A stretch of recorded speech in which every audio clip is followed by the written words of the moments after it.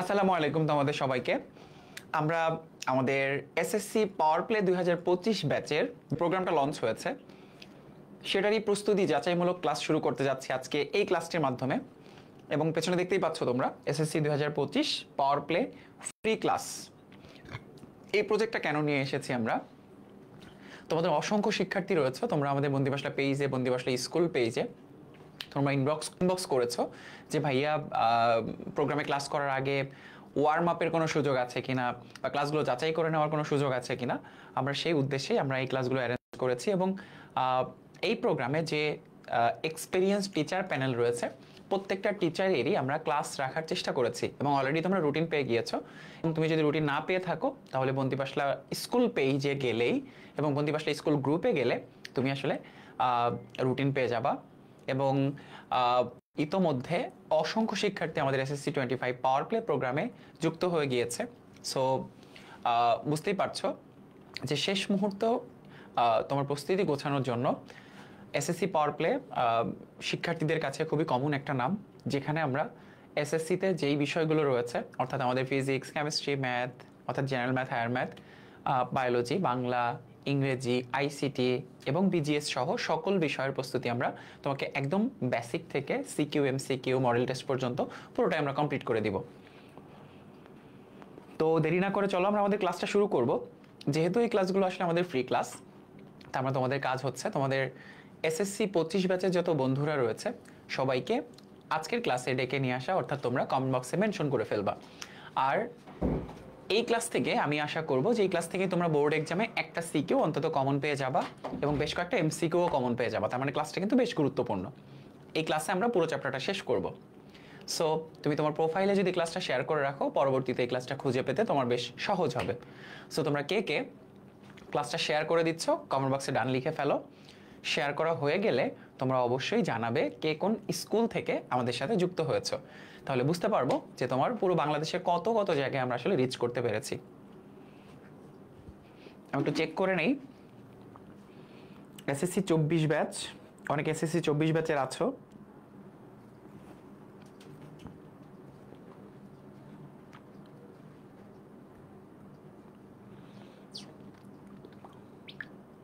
আমাদের সাথে তোমরা অলরেডি অনেকে যুক্ত হয়ে গিয়েছো।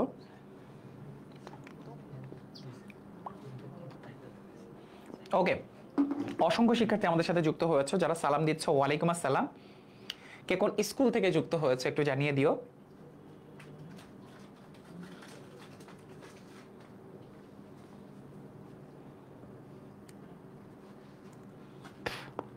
আমাদের ক্যামেরার পেছনে তোমাদের সায়েম ভাইয়া আছে, নাহিদুল ভাইয়া আছে।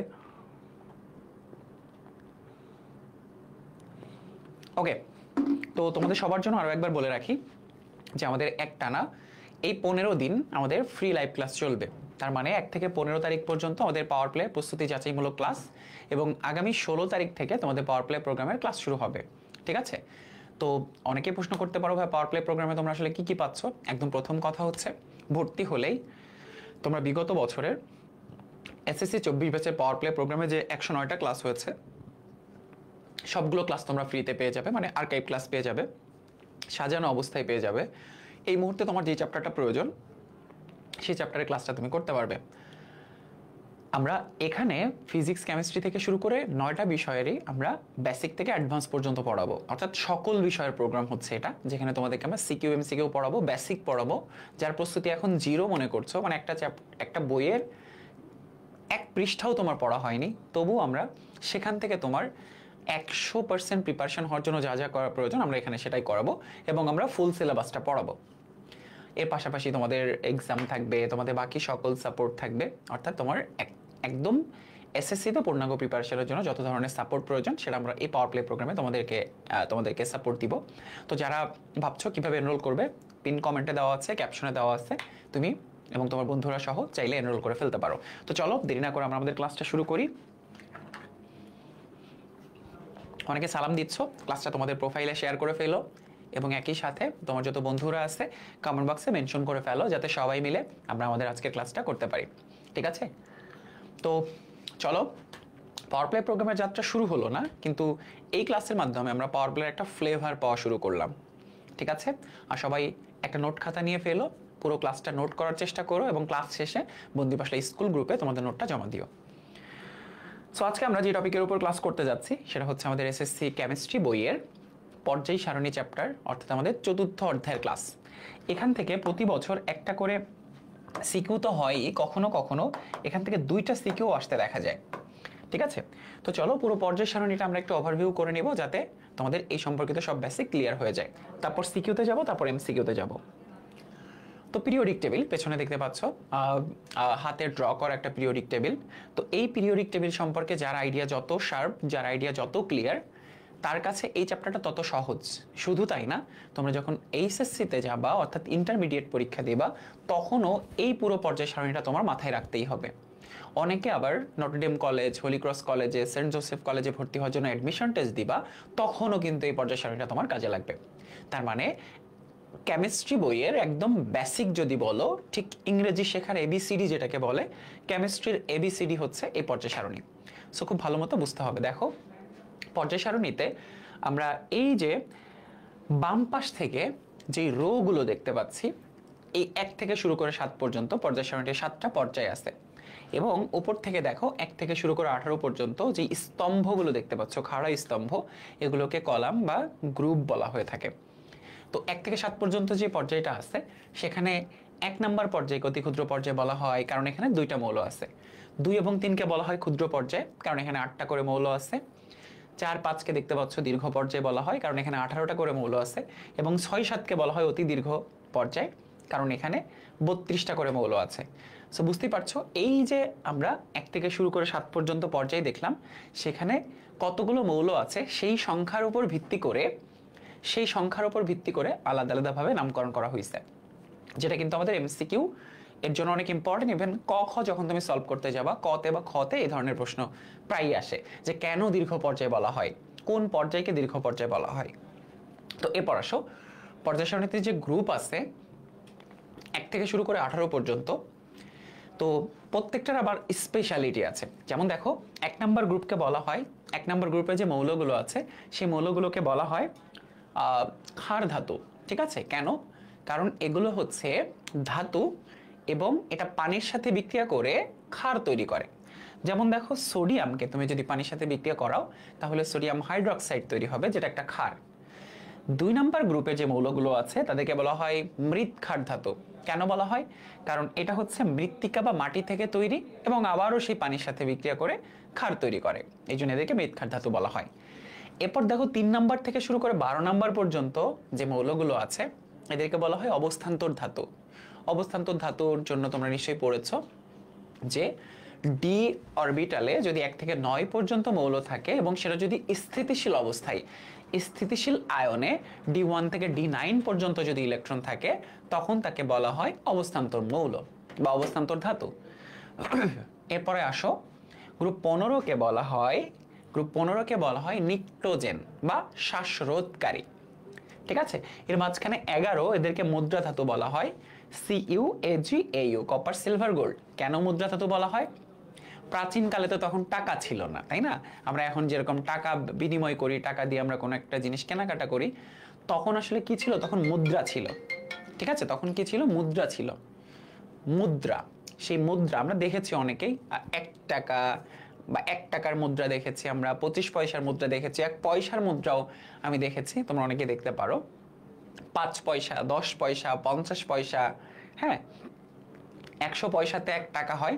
তোমরা অনেকে হয়তো পয়সা দেখেছো, তোমরা কমেন্ট বক্সে চাইলে জানাই দিতে পারো যে কে কত কম পয়সা, মানে কম মানের পয়সা দেখেছো। যেমন আমি 1 পয়সা দেখেছি, হ্যাঁ। তো তোমরা অনেক এখনো দেখবা যে 5 টাকার কয়েন যেটাকে আমরা বলি, ওটাকেই অ্যাকচুয়ালি মুদ্রা বলা হয়। হ্যাঁ, মুদ্রা। প্রাচীনকালে এই যে কপার সিলভার গোল্ডের তৈরি মুদ্রা অর্থ হিসেবে ব্যবহার করা হতো। ঠিক আছে, এর জন্য এদেরকে ওই মুদ্রাগুলো তৈরি করতে কোন ধাতু ব্যবহৃত হতো? Copper silver gold. এই জন্য এদেরকে বলা হয় মুদ্রা ধাতু। আশা করছি তোমরা বুঝতে পেরেছো। ঠিক আছে, ওকে। 25 পয়সার কথা বলছো অনেকে, পয়সা, হ্যাঁ, 25 পয়সা, ফাইন।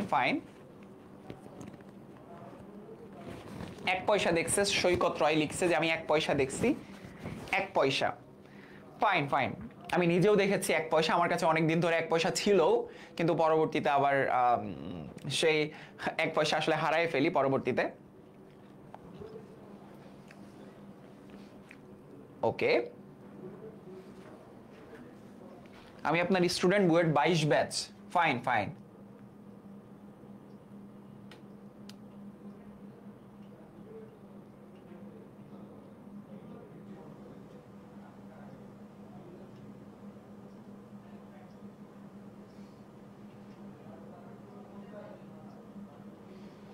ওকে, বুয়েট 22 ব্যাচের স্টুডেন্ট একজন আমাদের সাথে যুক্ত হয়েছে।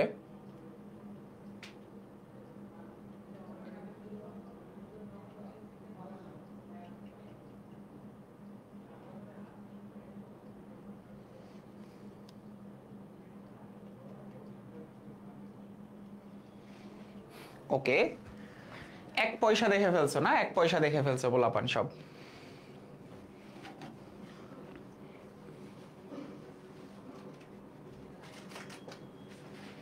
ফাইন ফাইন, এখন সাউন্ড ঠিক আছে আশা করছি।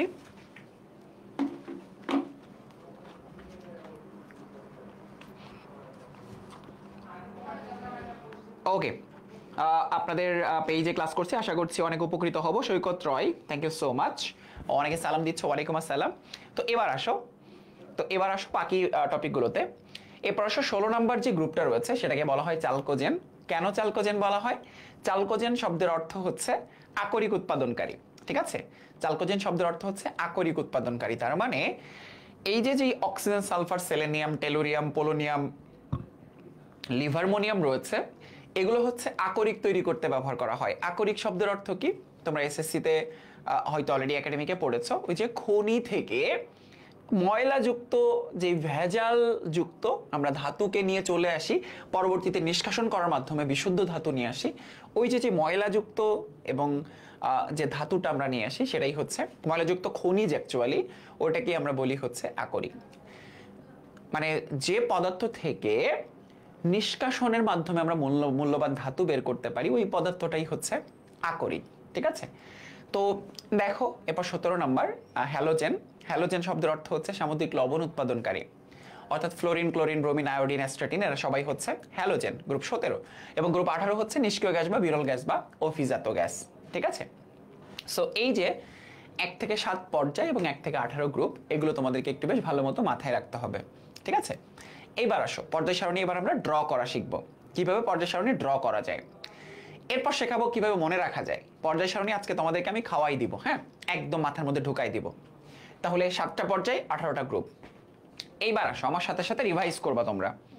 ঠিক আছে, আমার সাথে সাথে তোমরা রিভাইজ করবা। রিভাইজটা কিরকম করবা দেখো। 1 নাম্বার গ্রুপে মৌল আছে কয়টা? 7টা।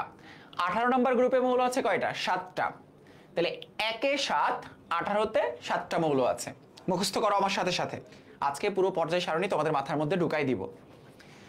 2 এ মৌল আছে 6টা এবং 13 থেকে 17 পর্যন্ত মৌল আছে 6টা। 2 এ 6টা, 13 থেকে 17 পর্যন্ত 6টা। আবার আমার সাথে, 1 এ 7টা, 18তে 7টা।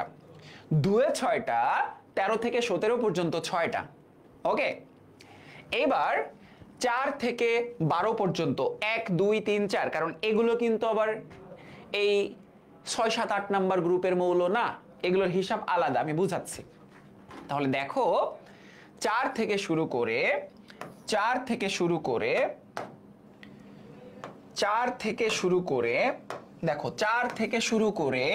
12 পর্যন্ত সবগুলোতে মৌল আছে 1 2 3 4টা করে।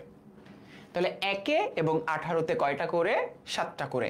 2 এ এবং 13 থেকে 17 পর্যন্ত 6টা করে। ঠিক আছে, এরপর 4 থেকে শুরু করে 12 পর্যন্ত 4টা করে।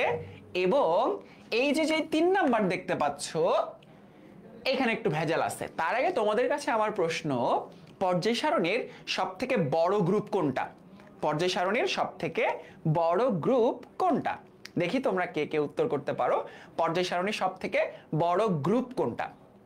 ঠিক আছে, বড় গ্রুপ, আমি কিন্তু বলেছি বড় গ্রুপ, তার মানে কি কোথায় সবথেকে বেশি সংখ্যক মৌল আছে। যেমন তোমাদেরকে যদি প্রশ্ন করি পর্যায় সারণীর সবথেকে বড় পর্যায় কোনটা, তাহলে 6 নাম্বার এবং 7 নাম্বার। কেন? কারণ হচ্ছে এখানে 32টা করে মৌল আছে। তাহলে পর্যায় সারণীর সব থেকে বড় গ্রুপ কোনটা? এবার তোমাদেরকে কিন্তু এটা বলতে হবে সব থেকে বড় গ্রুপ কোনটা। দেখো, স্ক্যান্ডিয়াম ইট্রিয়াম, এই যে 57 ল্যান্থানাম, এরপর হঠাৎ করে 72 কেন? তাহলে মাঝখানে 15টা কোথায় গেল? এই যে স্টার, এখান থেকে এই যে আবার স্টার শুরু, সেরিয়াম থেকে শুরু করে লুটেশিয়াম পর্যন্ত, অর্থাৎ 57 থেকে 71 পর্যন্ত এদের সবার অবস্থান এখানে একটার পর একটা, একটার পর একটা, একটার পর একটা, একটার পর একটা, এটা হওয়ার কথা ছিল। আবার অ্যাক্টিনিয়াম থেকে শুরু করে রাদারফোর্ডিয়াম, দেখো 89 104, মাঝখানে 15টা কই গেল? এই যে ডাবল স্টার, এটা আবার এখান থেকে শুরু হয়েছে, থোরিয়াম থেকে লরেনসিয়াম পর্যন্ত, অর্থাৎ 89 থেকে 103 পর্যন্ত এদের সবার অবস্থান হওয়ার কথা ছিল এইখানে। তখন কি হয়ে যেত? এই জায়গা দিয়ে পর্যায় সারণীতে একটা লেজ বের হয়ে যাইতো, তখন শেয়ালের মতো লেজ বিশিষ্ট পর্যায় সারণী হতো, দেখতে অসুন্দর দেখা যেত। বিজ্ঞানী মেন্ডেলিভ বলেছে, খামোশ, আমি এটা হতে দিতে পারি না। তখন কি হয়েছে? তখন লেজ কেটে দিয়ে কি করা হয়েছে? লেজটাকে বের করে নিচে পাঠিয়ে দেওয়া হয়েছে। তো তখন এই ল্যান্থানাম থেকে শুরু করে লরেনসিয়াম পর্যন্ত যে 15টা মৌল, অর্থাৎ 57 থেকে 71 পর্যন্ত, তাদেরকে বলা হয়েছে ল্যান্থানাইড সারি। আর 89 অর্থাৎ অ্যাক্টিনিয়াম থেকে শুরু করে লরেনসিয়াম পর্যন্ত, 71 হচ্ছে লুটেশিয়াম আর এলআর হচ্ছে লরেনসিয়াম। তাহলে অ্যাক্টিনিয়াম থেকে লরেনসিয়াম পর্যন্ত এই 15টাকে বলা হয় অ্যাক্টিনাইড সারি। ল্যান্থানাইড সারি হচ্ছে পর্যায় 6, অ্যাক্টিনাইড সারি হচ্ছে পর্যায় 7, আর এরা সবাই গ্রুপ 3-এ অবস্থিত।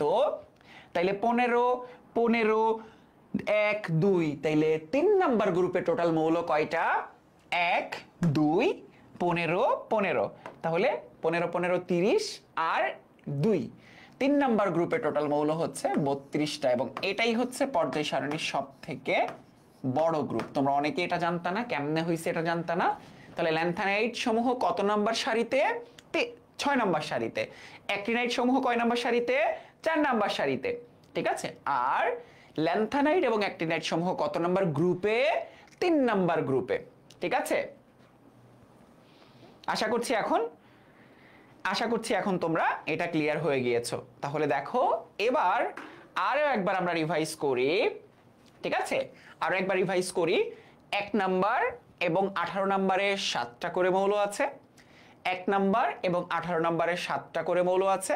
2 এবং 13 থেকে 17 পর্যন্ত 6টা মৌল আছে। 2 এবং 13 থেকে 17 পর্যন্ত 6টা মৌল আছে, ঠিক আছে। আচ্ছা, এবার আসো 4 থেকে শুরু করে 12 পর্যন্ত 4টা করে মৌল আছে। আর 3 নাম্বারে মৌল আছে হচ্ছে 32টা, যার মধ্যে এখানে 4টা, কিন্তু এখানে 14টা করে বসানো, ঠিক আছে। কিছু কিছু পর্যায় সারণী দেখবা এখানে ফাঁকা ফাঁকা রেখে এখান থেকে 15টা বসাইছে, কিন্তু আলটিমেটলি শুরু তো ল্যান্থানাম থেকে। 57 থেকে 71, 89 থেকে 103, ক্লিয়ার। এইবার চলো আমরা কি করব? পর্যায় সারণী ড্র করব, আঁকাবো। তাহলে দেখো 1 2, তাই না? একটা কমে যাবে, 7 থেকে 6 1, এরপর দেখো আমার সাথে দেখো 1, এরপর 2, 1 কমে যাবে, এরপর 2 এ 6টা, তারপর থেকে তো 4টা করে, তাহলে 1 2, এরপর 3 থেকে শুরু করে 12 পর্যন্ত। এখানে একটা বড় গর্ত আছে, তাই না? 1 2 12 পর্যন্ত চলে আসছি। এবার 13 থেকে 17 18 শেষ। আর নিচ দিক দিয়ে আরেকটা জাস্ট 2টা রো করে ফেললে হয়ে যাবে। তাহলে 1 2 12 13 14 15 16 17 18 শেষ, ঠিক আছে। ফ্রেম হয়ে গেছে না? কোথায় কয়টা মৌল আছে, কোন পর্যায়ে কয়টা মৌল আছে সেটাও জানি, কোন গ্রুপে কয়টা মৌল আছে সেটাও জানি। হয়ে গেছে না? কঙ্কাল বানানো হয়ে গেছে না? পর্যায় সারণীর বক্সগুলো বানানো হয়ে গেছে না? এই পর্যায় সারণীটা কিন্তু আমার তৈরি করা, আমি নিজে তৈরি করেছি এই পর্যায় সারণীটা। এই যে এগুলো সব আমার হাতে লেখা, হ্যাঁ, দেখে বুঝতেই পারছো, এই যে পচা হাতের লেখা আমার, দেখে বোঝা যাচ্ছে নিশ্চয়ই, ঠিক আছে। তাহলে আরো একবার রিভাইজ করি। পর্যায় সারণীতে 7টা পর্যায় আছে। 1-এ 2টা মৌল, 2 3-এ 8টা করে মৌল, 4 5-এ 18টা করে মৌল, এবং 6 7-এ 32টা করে মৌল। 1 থেকে শুরু করে 18 নম্বর গ্রুপে 1-এ 7টা, 18-তে 7টা, 2-এ 6টা, 13 থেকে 17 6টা, 3-এ 32টা, 4 থেকে 12 পর্যন্ত 4টা। ক্লিয়ার? এখন কি ড্র করতে পারবা না? পর্যায়ে কয়টা করে মৌল, গ্রুপে কয়টা করে মৌল সেটা জানি, স্পেশাল নাম জানি, ড্র করতে পারি, ফ্রেম আঁকাতে পারি। এবার মুখস্থ করাবো কি জানো? এবার সব কটা মৌল তোমাদেরকে আমি মুখস্থ করাবো, চলো। পর্যায় সারণী মাথায় ঢুকে না, না? পর্যায় সারণী চ্যাপ্টার পড়ে হাফেজ হয়ে গেছো, পর্যায় সারণী মুখে ধরে না, না? ফাইন। এবার বলো পর্যায় সারণী ড্র করতে পারবা কিনা বলো। মৌলের নাম মুখস্থ করার দরকার নাই, এই চোখ বন্ধ করে 1 2 3 থেকে 12 13 14 15 16 17 18 শেষ, তাই না? নিজ দিক দিয়ে আরেকটা শেষ, মানচিত্রের মতো করে পর্যায় সারণী ড্র করে ফেললাম। বলো পারবা নাকি পারবা না? পর্যায় সারণী ড্র করতে পারবা? মার্জান একটা রোজা লিখছে হাতে লেখার উপর ক্রাশ খাইছি, মাইশা মুস্কান। আরে না, ক্রাশ খাওয়ার কিছু নাই, আপনার হ্যান্ড নোটে খুব সুন্দর করে লেখা আছে। শাহ মোহাম্মদ মেহরাজ, ক্লাস শেষে আমি আমার হ্যান্ড নোটটা আপলোড করে দিব, ঠিক আছে? ক্লাস শেষে আমি আমার হ্যান্ড নোটটা আপলোড করে দিব। আফসানা আলম ভাবনা, থ্যাংক ইউ। পারবো ভাইয়া, পারবো স্যার, ফাইন। তাহলে এবার তোমাদের এইচডব্লিউটা হচ্ছে, এইচডব্লিউটা নিয়ে ফেলো। এইচডব্লিউটা যার যেরকম হোক কোনো সমস্যা নাই। এইচডব্লিউটা হচ্ছে পর্যায় সারণী ড্র করা। আজকের এইচডব্লিউ পর্যায় সারণী, খারাপ হোক ভালো হোক, পর্যায় সারণী আঁকা। একে বন্দিপাশা স্কুল গ্রুপে আপলোড করবো, আমি দেখবো কারটা কেমন হয়। একটা কম্পিটিশন হয়ে যাক, এটা এসএসসি তে লাগবে, এটা এইচএসসি তে লাগবে, এটা অ্যাডমিশনের কাজে লাগবে। তাহলে কেন আমি বুঝবো না, কেন আমি মুখস্থ করবো না, এটা কেন মাথার মধ্যে ঢুকিয়ে নিব না? এটা নেক্সট 4 বছর তোমাদের কাজে লাগবে, তাহলে এটা মাথার মধ্যে ঢুকাইতে হবে। সো আজকে এটা সবার এইচডব্লিউ, এই মুহূর্তে যারা যারা লাইভে আসো, পরে লাইভ দেখবা, করতেই হবে এটা। মৌলের নামগুলো দেখে দেখে লিখো, কোনো সমস্যা নাই। মৌলের নামগুলো দেখে দেখে লিখবা, পর্যায় সারণী আমরা ড্র করব, সবার এইচডব্লিউ দেখতে চাই। তাহলে ফ্রেম আঁকায় ফেললাম, ঠিক আছে? ফ্রেম যখন আঁকায় ফেললাম, এবার আমাদের কাজ কি বলতো? এবার আমাদের কাজ হচ্ছে এই যে কে কাকে ছেঁচে ফেলেছে, কোথা থেকে বিরিয়ানির গন্ধ আসতেছে, এইটা তো খুঁজে বের করতে হবে, তাই না? হঠাৎ করে বিরিয়ানির গন্ধ পাচ্ছি, জি জি জি জি, কি মনে করে ফেললাম, ঠিক আছে? ওকে, চলো সে বিরিয়ানি মুখস্থ করে আসি আমরা। এবার আবার এখানে ফেরত আসবো, সব কটা মৌল 118টা মৌল মুখস্থ করাবো এখন, দেখবা নিমিশেই মুখস্থ হয়ে যাচ্ছে।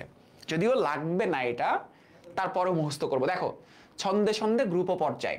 আরেকটা টেকনিক শেখাবো পারমাণবিক সংখ্যা কেমনে মনে রাখা যায়, কেমনে পারমাণবিক সংখ্যা মনে রাখা যায় সেটাও দেখাচ্ছি। দেখো একটা জিনিস কি দেখছো, 2 8 8 18 18 32, এটাকে পর্যায় সারণীর ম্যাজিক নাম্বার বলা হয়। কি বলা হয়? পর্যায় সারণীর ম্যাজিক নাম্বার বলা হয়, ম্যাজিক নাম্বার। এবার ম্যাজিক নাম্বার দিয়ে একটা জাদু দেখাবো তোমাদেরকে। এই 2 8 8 18 18 32, এটাকে পর্যায় সারণীর ম্যাজিক নাম্বার বলা হয়। ম্যাজিক নাম্বার দিয়ে আমি একটা ম্যাজিক দেখাবো তোমাদেরকে। এবার দেখো সবাই খেয়াল করো, তোমরা তো হঠাৎ করে যদি বলা হয় আয়রনের পারমাণবিক সংখ্যা কত, বলতে পারবা না। তো তুমি এই গ্রুপের সবাইকে চিনো, রুবিডিয়ামের পারমাণবিক সংখ্যা কত, বলতে পারবা না, কিন্তু আমি ম্যাজিক দেখাবো, বলতে পারবা। দেখো আমরা তো সবাই মোটামুটি এটা জানি যে গ্রুপ 1 এর মৌলগুলো মুখস্থ করার ছন্দটা কি? হাই লিনাকে রুবি ছেঁচে ফেলেছে, তাই না? হাই লিনাকে রুবি ছেঁচে ফেলেছে, অনেকে মুখস্থ করছো। কে কাকে ছেঁচছে এটা তোমরা সবাই জানো, যে কমার্সে আছে সেও জানে যে পর্যায় সারণী মুখস্থ করার এরকম একটা ছন্দ আছে। হ্যাঁ, তো রুবি বা লিনা নামে কেউ থেকে থাকলে সরি, কে কাকে ছেঁচছে আসলে জানি না, এটা কবিগুরু রবীন্দ্রনাথ ঠাকুর সম্ভবত বলেছেন, এটা সত্য কথা। তো hydrogen, lithium, sodium, potassium, rubidium, caesium, francium, এটা তো মুখস্থ হয়ে গেল গ্রুপ 1 যে মৌলগুলো আছে। ফাইন, খেলাটা অন্য জায়গায়। হাইড্রোজেনের পারমাণবিক সংখ্যা আমরা জানি, কিন্তু হাইড্রোজেনের পারমাণবিক সংখ্যা জেনে কিভাবে সিজিয়ামের পারমাণবিক সংখ্যা বের করা যায় সে ম্যাজিকটা শেখাবো। কোনো একটা গ্রুপের একটা মৌলের পারমাণবিক সংখ্যা জেনে বাকি সবগুলো মৌলের পারমাণবিক সংখ্যা বের করার ওয়ে আছে, কিভাবে সেটাই দেখো তোমাদেরকে এখন আমি ম্যাজিকের মাধ্যমে শেখাবো। ম্যাজিক নাম্বারটা কত ছিল? 2 8 8 18 18 32, তাই না? ম্যাজিক নাম্বার তো তাই ছিল। সু মন্তর সু, আমি জানি হাইড্রোজেনের পারমাণবিক সংখ্যা কত, আমি বের করব ফ্রান্সিয়ামের পারমাণবিক সংখ্যা কত। দেখো তো 1 সাথে 2 যোগ করো 3, 3 সাথে 8 যোগ করো 11, 11 সাথে 8 যোগ করো 19, পটাশিয়ামের পারমাণবিক সংখ্যা। 19 সাথে 18 যোগ করো রুবিডিয়ামের পারমাণবিক সংখ্যা। 37 সাথে 18 যোগ করো সিজিয়ামের পারমাণবিক সংখ্যা। 55 সাথে 32 যোগ করো ফ্রান্সিয়ামের পারমাণবিক সংখ্যা। পাইছি না? ম্যাথের মতো করে মিলছে না? এইটাই হইতেছে ম্যাজিক এবং এটাই হচ্ছে কনসেপ্ট, এটাই হচ্ছে এয়ার ভাইয়ার ট্রিক্স। কেমিস্ট্রি মোটেই কঠিন কিছু না, পর্যায় সারণী কঠিন কিছু না। যদি এভাবে ড্র করতে পারো সব কিছু একদম সহজ। ঠিক আছে, কি মনে থাকবে না? এখন যদি তোমাকে বলি এই রুবিডিয়ামের পারমাণবিক সংখ্যা কত, যখন সিকিউ সলভ করতে যাবা হঠাৎ করে লিখবে এরকম এক্স, হ্যাঁ এক্স দিয়ে লিখবে এরকম 37, এক্স মোল ওটার নাম কি? আরে 37, তাহলে 1 2 8 8 18 18 32, আরে মিলাও, শেষ হয়ে গেছে। আরো শেখাচ্ছে, আরো দেখাচ্ছে 2 নম্বর গ্রুপে যে এটা কিভাবে কাজ করে। 2 নম্বর গ্রুপে এটা কিভাবে কাজ করে, ঠিক আছে? 2 নম্বর গ্রুপে এটা কিভাবে কাজ করে সেটা আমি দেখাবো। এটা একটা ম্যাজিক, হ্যাঁ এটা ম্যাজিকের মতো কাজ করবে, ঠিক আছে? এবং তোমার বন্ধুকে শেখাবা, প্রত্যেকের কাছ থেকে 10 টাকা করে নিবা এটা শিখায়, ঠিক আছে? বলবা যে তোর অনেক কিছু আজকে শিখায় ফেলবো, 10 টাকা করে নিবা এবং সেখান থেকে আমাকে একটু ঘুষ দিবা, 1 টাকা 2 টাকা করে ভাগ দিবা, ঠিক আছে? এটা হচ্ছে তোমাদের সাথে আমার ডিল, কারণ দারুণ একটা জিনিস শিখাই দিলাম। তাহলে হাই লিনাকে রুবি সেচে ফেলেছে, এটা মুখস্থ করব। Hydrogen, lithium, sodium, potassium, rubidium, caesium, francium. Okay, এইবার আসো একজনের পারমাণবিক সংখ্যা জানবো, বাকি সব ওই গ্রুপের সবার পারমাণবিক সংখ্যা বের করে ফেলবো। কিভাবে? ম্যাজিক নাম্বার দিয়ে। 2 8 8 18 18 32। চলো 2 নম্বর গ্রুপে যাই, আরেকবার দেখাবো, হ্যাঁ সহজ, ফাইন। এবার আসো, এবার আমরা বিরিয়ানি খাবো সবাই মিলে। বিরিয়ানি মোগলাও খাবো, কাবাবও খাবো, সরিয়ে বাটিতে রাখবো। কার জন্য? আমার জন্য, ঠিক আছে? আমার জন্য রেখে দিবা, কারণ ক্লাস শেষ না হলে তো খেতে পারবো না, এই জন্য সরায়ে বাটিতে রেখে দিচ্ছি, ঠিক আছে? ওকে, তো এবার আসো বিরিয়ানি মোগলাই কাবাব সরিয়ে বাটিতে রাখো, বিরিয়ানি মোগলাই কাবাব সরিয়ে বাটিতে রাখো, ঠিক আছে ফাইন। তো এই যে বিরিয়ানি মোগলাই কাবাব সরিয়ে বাটিতে রাখো, বেরিলিয়াম, ম্যাগনেসিয়াম, ক্যালসিয়াম, স্ট্রনশিয়াম, ব্যারিয়াম এবং রেডিয়াম। তুমি বেরিলিয়ামের পারমাণবিক সংখ্যা জানো, কিন্তু তোমাকে যদি বলা হয় স্ট্রনশিয়ামের পারমাণবিক সংখ্যা কত, তুমি কিন্তু বলতে পারবা না। রেডিয়ামের পারমাণবিক সংখ্যা কত, তুমি কিন্তু বলতে পারবা না। কিন্তু সব বের করা যাবে, শুধু শুধু ম্যাজিকটা শিখতে হবে। কোন ম্যাজিক? এয়ার ভাইয়ার ম্যাজিকটা শিখতে হবে, তাই না?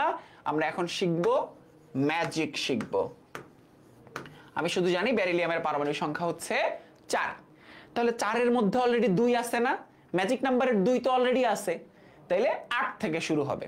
হ্যাঁ 2 মানে 2 তো অলরেডি এখানে আছে, 4 এর মধ্যে তো 2 আছে, তাহলে 8 8 18 18 32।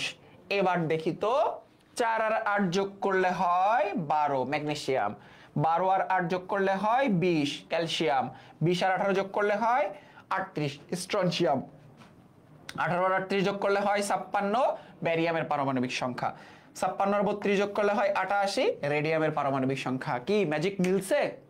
মিলছে না? হাততালি কই? যা আর শেখাবো না, যা। আমি এটা কিতার মধ্যে টাকা ঢালতাছি, বুঝছো এবার? বুঝছো তোমরা যে কিভাবে এটা মনে রাখা যায়? তার মানে পর্যায় সারণীতে কোন মৌলর পারমাণবিক সংখ্যা বের করতে একটা টেকনিক লাগবে, ম্যাজিক নাম্বার, আর কিচ্ছু না, ঠিক আছে? সবগুলো গ্রুপে এটা সম্ভব, সবগুলো গ্রুপে সম্ভব, সব জায়গাতে সম্ভব, সব গ্রুপে। এবার তাহলে আমাদের কাজটা কি? শুধু ওই গ্রুপের মৌলগুলোর নাম মুখস্থ করা। তারপরে ছন্দটা মুখস্থ করলে পর্যায় সারণী মুখস্থ হয়ে গেল। এসএসসিতে লাগবে, এইচএসসিতে লাগবে, অ্যাডমিশনে লাগবে। এখন বলো টেকনিকটা কেমন লেগেছে তোমাদের কাছে? টেকনিকটা তোমাদের কাছে কেমন লেগেছে? ক্রিস্টাল ক্লিয়ার ভাইয়া? ফাইন। আজকে ক্লাসে পিডিএফ দেওয়া হবে, ক্লাস শেষে এটার পিডিএফ ক্যাপশনে অ্যাড করে দেওয়া হবে, ক্লাস শেষে এটার পিডিএফ ক্যাপশনে অ্যাড করে দেওয়া হবে। এখন বলো ম্যাজিকটা কেমন ছিল এবং তোমরা সবাই বুঝতে পেরেছো কিনা?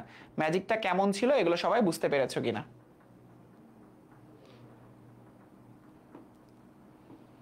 ম্যাজিকটা কেমন ছিল তোমরা সবাই বুঝতে পেরেছো কিনা? ম্যাজিকটা কেমন ছিল? কোর্সের ক্লাস শুরু হবে 16 তারিখ থেকে, একদম ইজি, ফাইন। বুঝছি ভাইয়া, ফাইন। তো এবার এই তো সবাই বুঝতে পেরেছো, ফাইন। তাহলে তোমাদের কাজ কি? তোমাদের কাজ হচ্ছে তোমার বন্ধুদেরকে শেখানো এবং শিখিয়ে 10 টাকা করে নেবা, ঠিক আছে? 10 টাকা করে নেওয়ার পরে 1 টাকা করে আমাকে ঘুষ দিবা, ঠিক আছে? যাতে কেউ না শুনতে পারে। Nice and attractive technique, fine. Extraordinary, অসাধারণ ছিল, ফাইন। সো পাওয়ার প্লে প্রোগ্রামের ক্লাসগুলোতে এরকম সুন্দর সুন্দর টেকনিক শেখানো হবে। তোমরা যারা এখনো পাওয়ার প্লে প্রোগ্রামে অ্যাডমিট হওনি, পাওয়ার প্লে প্রোগ্রামে অ্যাডমিট হয়েছেও, সেখানে আমি ক্লাস নিব, সৈকত ভাই ক্লাস নেবে, নিয়াজ ক্লাস নেবে, ইয়াসিন ক্লাস নেবে, কাব্য ক্লাস নেবে, শুভ ক্লাস নেবে, হৃদয় ক্লাস নেবে, আবরার ক্লাস নেবে, বাংলাবাজ তানভীর ক্লাস নেবে, ঠিক আছে, সবাই ক্লাস নেবে। Okay fine, very interesting, all clear? হ্যাঁ, ওই ব্যাপারে ক্লাস আপলোড হবে, অল ক্লিয়ার, ফাইন। তো এবার চলো বাকি গ্রুপগুলো জাস্ট আমি একটু সামারি করে দেই। সচিন, ইউনুস, লারা আক্রমণাত্মক, স্ক্যান্ডিয়াম, ইট্রিয়াম, ল্যান্থানাম, অ্যাক্টিনিয়াম, এটা হচ্ছে এসসি স্ক্যান্ডিয়াম। 21-এর মধ্যে অলরেডি 2 8 8 চলে গেছে, তাহলে 18 18 32 যোগ করবো, কারণ এর মধ্যে কি আছে 2 8 8 চলে গেছে না, 8 2 16 আর 2 18, তার মানে এখানে কত কত যোগ করতে হবে, 18 18 32 পেয়ে যাবো। এটা হচ্ছে কত নম্বর গ্রুপ? Group number 3। এরপর টিনের জারে হাত রক্তাক্ত, গ্রুপ নাম্বার 5। ভণ্ড নবাব টাকা দেবে, ছেঁড়া মন তোমার সঙ্গী, মনটাকে রেখেছি বেঁধে, ফের রুহান অসুস্থ হয়েছে, কোদাল রাখো ইরার মাথায়, নীলপদ্ম পাথর দিছে, কথা ছিল আসবে রাজা, জীবনে ক্যাডার হতে চাই, বাংলাদেশের আফতাব গেল ইন্ডিয়ায় টিম নিতে, ঠিক আছে। এরপর কাল সিলেট গেলে শান্তি পাবে ফারিয়া, নিপা আছে আন্টির বাসার মধ্যে, ও এসএসসিতে পড়ে লোভে, ফ্লোর কলোনির বাসায় দিনে আসতে টানে, এবং হেনা আর কেরু জিনিয়াস রাধুনি আসলেই। সো দ্যাটস ইট, এটাই হচ্ছে আমাদের পুরো 1 থেকে শুরু করে 18 নম্বর গ্রুপ পর্যন্ত সকল মৌলের পারমাণবিক সংখ্যা, মৌলের নাম এবং ছন্দ মুখস্থ করার টেকনিক। তো সবগুলো মৌল আসলে লাগবে না, তারপরে তোমাদের যাদের অনেক ইচ্ছে করে যে পুরো পর্যায় সারণী মুখস্থ করে ফেলবো, 118টা মৌল মুখস্থ করে ফেলবো, আমি সবার টেকনিকটা কিন্তু দিয়ে দিলাম। আশা করছি পুরো পর্যায় সারণী এখন তোমরা মাথার মধ্যে ঢুকিয়ে নিতে পারবা, ঠিক আছে। আশা করছি পর্যায় সারণী এখন বেশ ভালো মতো তোমরা ক্লিয়ার হইতে পারবা। এখন পর্যায় সারণী ড্র করার টেকনিক দেখাইলাম, মৌলগুলোর নামও বসানোর টেকনিক দেখাইলাম, কিভাবে মনে রাখতে হবে দেখাইলাম, পারমাণবিক সংখ্যা কিভাবে মনে রাখতে হবে দেখাইলাম। আশা করছি পর্যায় সারণী নিয়ে তোমাদের একটা ভালো কনসেপশন তৈরি হয়েছে, ঠিক আছে। ওকে, এসএসসি 24 ব্যাচ পাওয়ার প্লেতে এসে পড়লাম। জানিও এসএসসি 24 ব্যাচে তোমাদের সার্ভিস কেমন ছিল, ঠিক আছে। এসএসসি 24 ব্যাচে তোমাদের সার্ভিস কেমন ছিল জানিও, ঠিক আছে, সার্ভিস কেমন ছিল সেটা জানিও। ওকে, বলে আপনারই মুখস্থ নাই নাকি, দিব একটা মায়ের পোলাপান। ওকে, লাইভ ক্লাসকে ড্যাশবোর্ডে করা যাবে? যাবে, হ্যাঁ। ওকে, এইবার আসো আরেকটা টেকনিক শেখাবো তোমাদের। 6ষ্ঠ অধ্যায় মৌলের ধারণা ও রাসায়নিক গণনা এই চ্যাপ্টারে, 8ম অধ্যায় রসায়ন ও শক্তি চ্যাপ্টারে। তো এই জায়গাগুলোতে কিন্তু তোমাদের ম্যাথ করতে হবে, তাই না? ইভেন তোমাদের পর্যায় সারণীতে ম্যাথ করতে হয়, হ্যাঁ, 3য় চ্যাপ্টারে ম্যাথ করতে হয়, পদার্থের গঠন চ্যাপ্টারে ম্যাথ করতে হয়, আইসোটোপের ম্যাথ আছে না, ওই যে প্রাচুর্যতার ম্যাথ আছে, আপেক্ষিক পারমাণবিক ভর নির্ণয়ের ম্যাথ আছে, হ্যাঁ। তো এই যে বিভিন্ন সময় যে ম্যাথ করতে হয়, এই ম্যাথ করতে গেলে তোমার কি লাগে? মৌলের পারমাণবিক ভর মুখস্থ করতে হয়, তাই না? এটা একটা ঝামেলাপূর্ণ জিনিস। তো চলো 1 থেকে 30 পর্যন্তই তো আমাদের লাগে, তাহলে 1 থেকে 30 পর্যন্ত মৌলের পারমাণবিক ভরটা আমরা চলো একটু মুখস্থ করে ফেলি। 1 থেকে 30 পর্যন্ত মৌলের পারমাণবিক ভর আমরা চলো মুখস্থ করে ফেলি। কিভাবে দেখো, জোড় সংখ্যার পারমাণবিক মানে জোড় সংখ্যা যাদের, মানে পারমাণবিক সংখ্যা যাদের জোড়, তাদের ক্ষেত্রে কি করব? পারমাণবিক সংখ্যা ইনটু 2। তাদের ক্ষেত্রে আমাদের কাজটা কি? তাদের ক্ষেত্রে আমাদের কাজটা হচ্ছে পারমাণবিক সংখ্যা ইনটু 2। পারমাণবিক সংখ্যাকে ডাবল করলে হয়ে যাবে। অক্সিজেন 8 দুগুণী 16, ম্যাগনেসিয়াম 12 দুগুণী 24, সিলিকন 14 দুগুণী 28, সালফার 16 দুগুণী 32, ক্যালসিয়াম 20 দুগুণী 40। এছাড়াও তো জোড় আছে, তাই না? এছাড়াও তো জোড় আছে, মানে এটা ছাড়াও তো জোড় আছে, জোড়। তাহলে ব্যতিক্রম নিশ্চয়ই দেখাবো। বেজোড়ের ক্ষেত্রে পারমাণবিক সংখ্যা ইনটু 2 প্লাস 1, পারমাণবিক সংখ্যা ইনটু 2 প্লাস 1, তাহলে আপেক্ষিক পারমাণবিক ভর বের করে ফেলতে পারবো। তো দেখো সেক্ষেত্রে বোরন 5 দুগুণী 10, 1 11, 9 দুগুণী 18 আর 1 19, সোডিয়াম 11 দুগুণী 22 আর 1 23, ফসফরাস 15 দুগুণী 30 আর 1 31, পটাশিয়াম 19 দুগুণী 38 আর 1 39। এবার এর বাইরেও তো বেজোড় আছে, ক্লোরিন আছে, হাইড্রোজেন আছে, তাই না? বোরন আছে। এগুলোর ক্ষেত্রে কি হবে? ব্যতিক্রম হলো নাইট্রোজেন আর ব্যতিক্রম হলো নাইট্রোজেন আর ক্লোরিন। দেখো ব্যতিক্রম হলো নাইট্রোজেন আর ক্লোরিন, ব্যতিক্রম হলো নাইট্রোজেন আর ক্লোরিন। তার মানে কি ব্যতিক্রম মানে হচ্ছে বেরিলিয়াম, হলো মানে হাইড্রোজেন, নাইট্রোজেন হচ্ছে নাইট্রোজেন, আর মানে হচ্ছে এয়ার ভাইয়া, ক্লোরিন মানে হচ্ছে Cl। ঠিক আছে, তো দেখো ব্যতিক্রম বেরিলিয়াম, পারমাণবিক সংখ্যা কত 4, তাহলে জোড় ডাবল হয়ে যাওয়ার কথা, কিন্তু হইছে ডাবল প্লাস 1, বেজোড়ের কনসেপ্ট অ্যাপ্লাই হইছে। নাইট্রোজেন বেজোড়, তাহলে ডাবল করে 1 যোগ করব, কিন্তু না, জোড়ের কনসেপ্ট অ্যাপ্লাই হইছে, জাস্ট ডাবল করছি আমরা। হাইড্রোজেনের ক্ষেত্রে 1, পারমাণবিক ভরও 1, কিছুই তো হইল না, এটা তো বেজোড়, ডাবল করে 1 যোগ করার কথা ছিল। আর্গনের ক্ষেত্রে জোড়, তাহলে কি হবে, ডাবল হওয়ার কথা, 36 হওয়ার কথা, ডাবলও করছি, আবার 4 যোগ করছি। ক্লোরিনের ক্ষেত্রে কি হয়েছে দেখো 17, ভগ্নাংশ হয়ে গেছে। তাহলে আমরা মনে রাখবো ব্যতিক্রম হলো নাইট্রোজেন আর ক্লোরিন। তাহলে জোড়ের ক্ষেত্রে আমরা কি করব, 2 গুণ করব, বেজোড়ের ক্ষেত্রে 2 গুণ করব, 1 যোগ করব। আর যদি এই ব্যতিক্রম খুঁজতে যাই, তাহলে ব্যতিক্রম হলো নাইট্রোজেন আর ক্লোরিন। এবার আসো সবথেকে দরকারি যেটা সেটা হচ্ছে 21 থেকে 30 পর্যন্ত। এখানেও একটা ম্যাজিক নাম্বার আছে, দেখো 21 থেকে 30 পর্যন্ত। 21 থেকে 30 পর্যন্ত আমরা পারমাণবিক সংখ্যাকে 2 গুণ করব, এবং একটা নাম্বার কি করব, আমরা একটা নাম্বার যোগ করব। ঠিক আছে, তাইলে আপেক্ষিক পারমাণবিক ভর পেয়ে যাব। আমরা ডাবল করব এবং একটা নাম্বার যোগ করব। সেই নাম্বারটা কি, সেই নাম্বারটা হচ্ছে 3 45 45 45 3 5 5।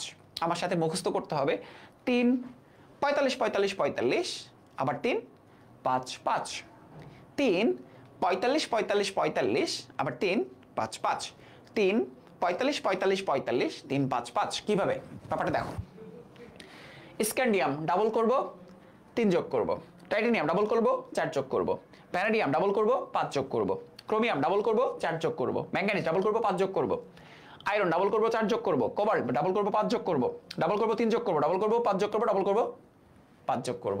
এরকম আমি আরো স্পেসিফিক করে দিচ্ছি, দেখো ডাবল করব, 3 যোগ করব কার ক্ষেত্রে, স্ক্যান্ডিয়ামের ক্ষেত্রে। টাইটানিয়ামের ক্ষেত্রে ডাবল করব, 4 যোগ করব, টাইটানিয়ামের ক্ষেত্রে ডাবল করব, 4 যোগ করব, ভ্যানাডিয়ামের ক্ষেত্রে ডাবল করব, 5 যোগ করব, ক্রোমিয়ামের ক্ষেত্রে ডাবল করব, 4 যোগ করব, ম্যাঙ্গানিজের ক্ষেত্রে ডাবল করব, 5 যোগ করব, আয়রনের ক্ষেত্রে ডাবল করব, 4 যোগ করব, কোবাল্টের ক্ষেত্রে ডাবল করব, 5 যোগ করব, নিকেলের ক্ষেত্রে ডাবল করব, 3 যোগ করব, কপারের ক্ষেত্রে ডাবল করব, 5 যোগ করব, জিঙ্কের ক্ষেত্রে ডাবল করব, 5 যোগ করব। ওই 5টা জাস্ট এমনি লেখা হয়েছে। ঠিক আছে, আশা করছি ব্যাপারটা বুঝতে পারছো যে নাম্বার বলতে আমরা আসলে কি বোঝাচ্ছি। নাম্বার বলতে বোঝাচ্ছি এই যেটা 3 45 45 45 3 5 5, 3 45 45 45 3 5 5, এটাই নাম্বার অ্যাকচুয়ালি। ঠিক আছে, এটাই হচ্ছে নাম্বার, মাথায় থাকবে নিশ্চয়ই। ওকে ফাইন, তাহলে এবার একটু আমরা মিলায় দেখি। স্ক্যান্ডিয়ামের 21, 21 ইন্টু 2 42, আর 3 কত 45, এই যে দেখো 45। টাইটানিয়ামের ক্ষেত্রে 22, 22 দুগুণে 44, আর 4 কত 48। ভ্যানাডিয়ামের ক্ষেত্রে 23, 23 দুগুণে কত, 23 দুগুণে হচ্ছে 46, সাথে কত যোগ করবো 5, আর 5 51, এই যে দেখো 50.9। ঠিক ক্রোমিয়াম ম্যাঙ্গানিজ আয়রনের ক্ষেত্রে আমরা দেখবো 26, 26 দুগুণে কত 52, 52 সাথে কত যোগ করব, 4 যোগ করব 56, দেখো 55.93। ঠিক এইরকম ভাবে আমরা 21 থেকে 30 পর্যন্ত। তোমরা অনেকেই ভাবতে পারো ভাই এমনিতেই তো মনে থাকে, এটা আবার দরকারটা কি। না, এমনিতে মনে থাকে না, এটা আসলে এই টেকনিকেই তোমাদেরকে আসলে মুখস্থ করতে হবে। এইটা মনে থাকে না, এই টেকনিকেই তোমাদেরকে আসলে মনে রাখতে হবে, মুখস্থ করতে হবে। ঠিক আছে, তাহলে আবার আমরা মুখস্থ করি যে আমাদের 21 থেকে 30 পর্যন্ত যে মৌলগুলো আছে তাদের ক্ষেত্রে সিস্টেমটা হচ্ছে পারমাণবিক সংখ্যা ইন্টু 2, পারমাণবিক সংখ্যা ইন্টু 2 প্লাস নাম্বার। সে নাম্বারটা কত, 3 45 45 45 3 5 5। সবাই কমেন্ট করবা 3 45 45 45 3 5 5 কমেন্ট করো, দেখবা মুখস্থ হয়ে যাবে। ঠিক আছে, 3 45 45 45 3 5 5 মুখস্থ করো, দেখো মুখস্থ হয়ে যাবে। হ্যাঁ, সবাই একটু লিখে ফেলো, কমেন্ট বক্সে টাইপ করে ফেলো 3 45 45 45 3 5 5। ঠিক আছে, এইটা কিন্তু আবার এইচএসসি তে লাগবে, অ্যাডমিশনে লাগবে, এসএসসি পরীক্ষায় লাগবে। যে কোনো ধরনের তুমি যদি ম্যাথ সলভ করতে যাও সেখানে এটা কাজে লাগবে। হ্যাঁ, যে কোনো জায়গায় ম্যাথ সলভ করতে যাও এটা তোমাদের কাজে লাগবে। অনেক সহজ, অনেক সুন্দর এবং আগুন ক্লাস। রোজা লিখছে অনেক সুন্দর এবং আগুন ক্লাস। গুড। আমার ক্লাসগুলো যদি আগে করে থাকো আসলে ওরকমই লাগবে তোমাদের কাছে, আগুনই লাগার কথা। ঠিক আছে, ওকে। পাওয়ার প্লে প্রত্যেকটা ক্লাস এরকম আগুন আগুন ক্লাস হবে, আগুন আগুন ক্লাস হবে। ঠিক আছে, ওকে।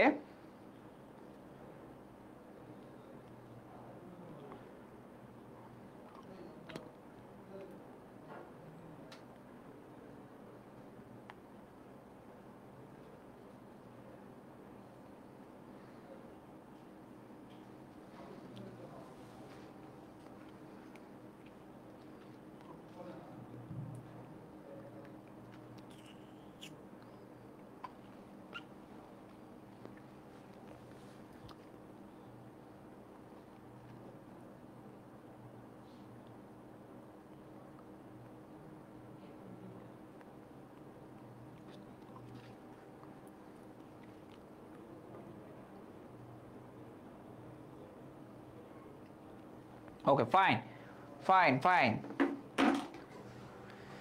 ওকে, তাহলে এবার দেখো আমরা যদি এই ম্যাজিক নাম্বার দিয়ে 21 থেকে 30 পারমাণবিক সংখ্যা পর্যন্ত মৌলের সবার পারমাণবিক ভর বের করে ফেলতে পারি, তাইলে আমাদের ধরো 6 নম্বর অধ্যায় অর্থাৎ মৌলের ধারণা রাসায়নিক গণনা, 3 নম্বর অধ্যায় আপেক্ষিক পারমাণবিক ভর বের করা, তারপর প্রাচুর্যতার যে ম্যাথ করা, তারপর ধরো 8ম অধ্যায় রসায়ন ও শক্তি।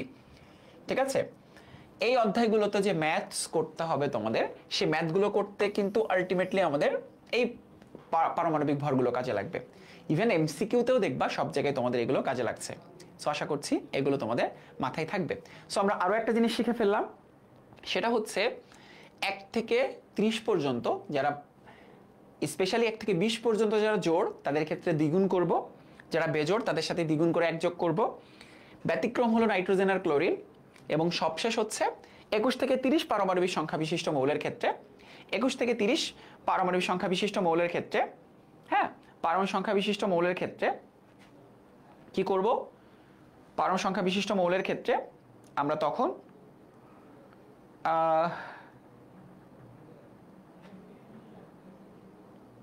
ওকে, আমরা তখন কি করব?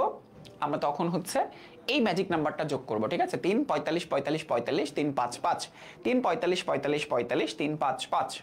ঠিক আছে, একটু খেয়াল রাখতে হবে এগুলো। ওকে, ফাইন।